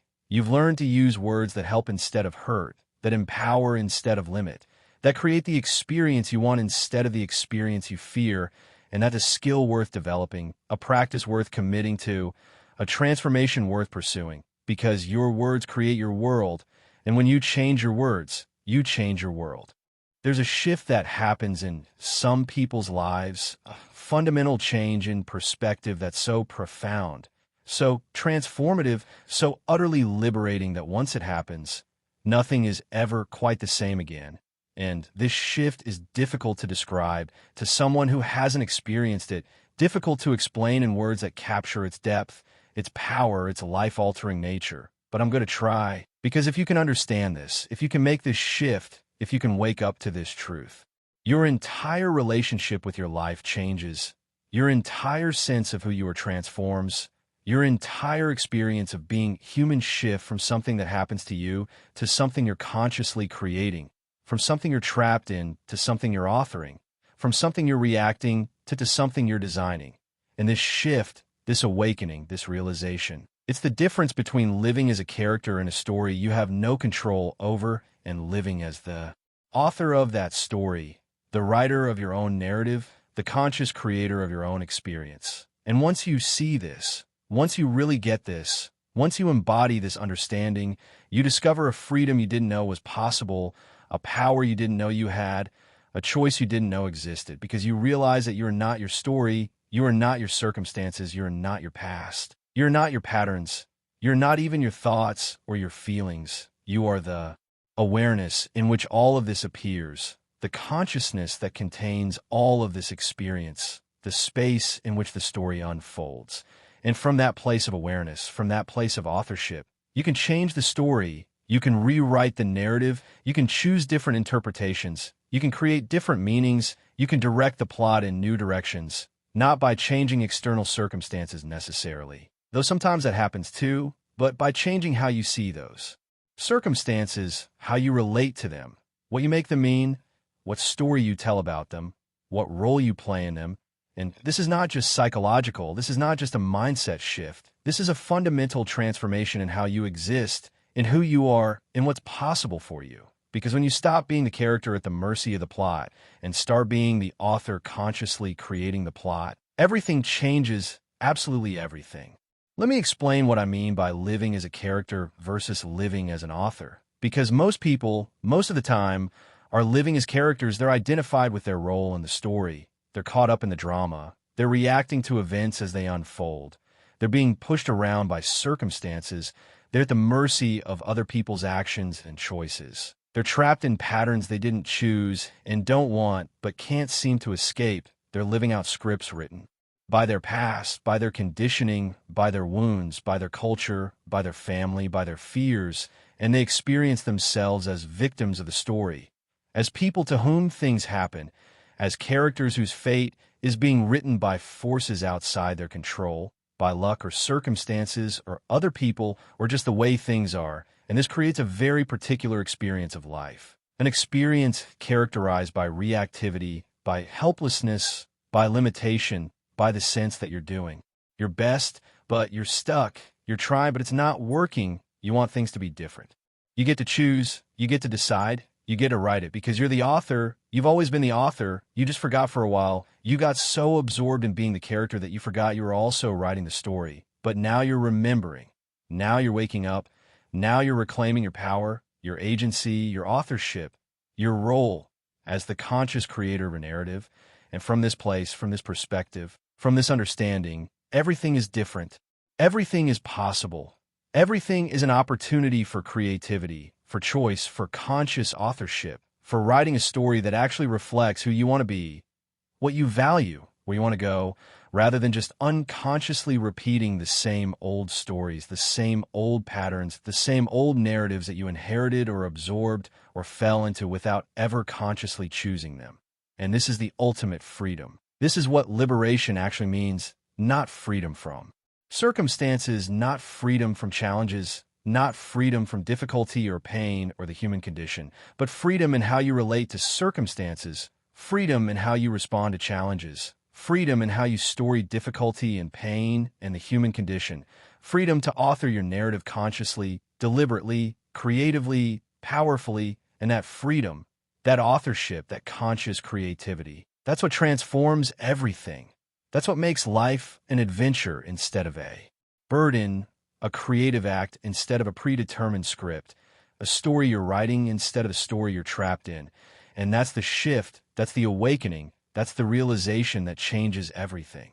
You are not the character, you are the author. You're not trapped in the story, you're writing the story. You're not at the mercy of the narrative, you are creating the narrative. And once you know this, once you embody this, once you live from this understanding, your life becomes your art, your experience becomes your creation, your story becomes your masterpiece, and you, finally, fully, completely, become free.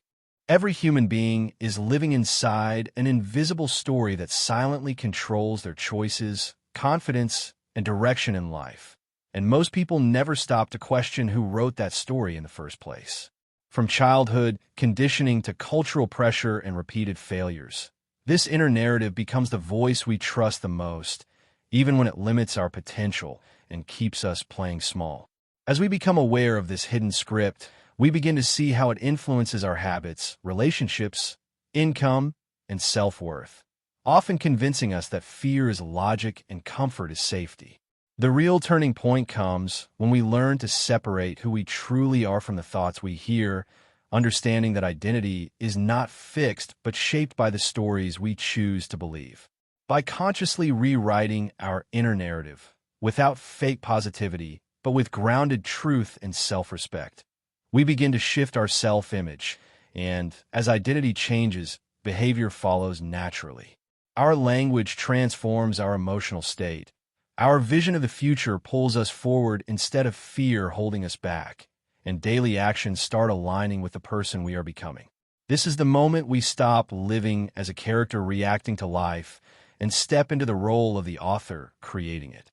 If this message resonates with you, subscribe to the channel for more powerful insights. Like the video to support this content, comment your thoughts or breakthroughs below, and share this message with someone who needs to reclaim control of their inner story today.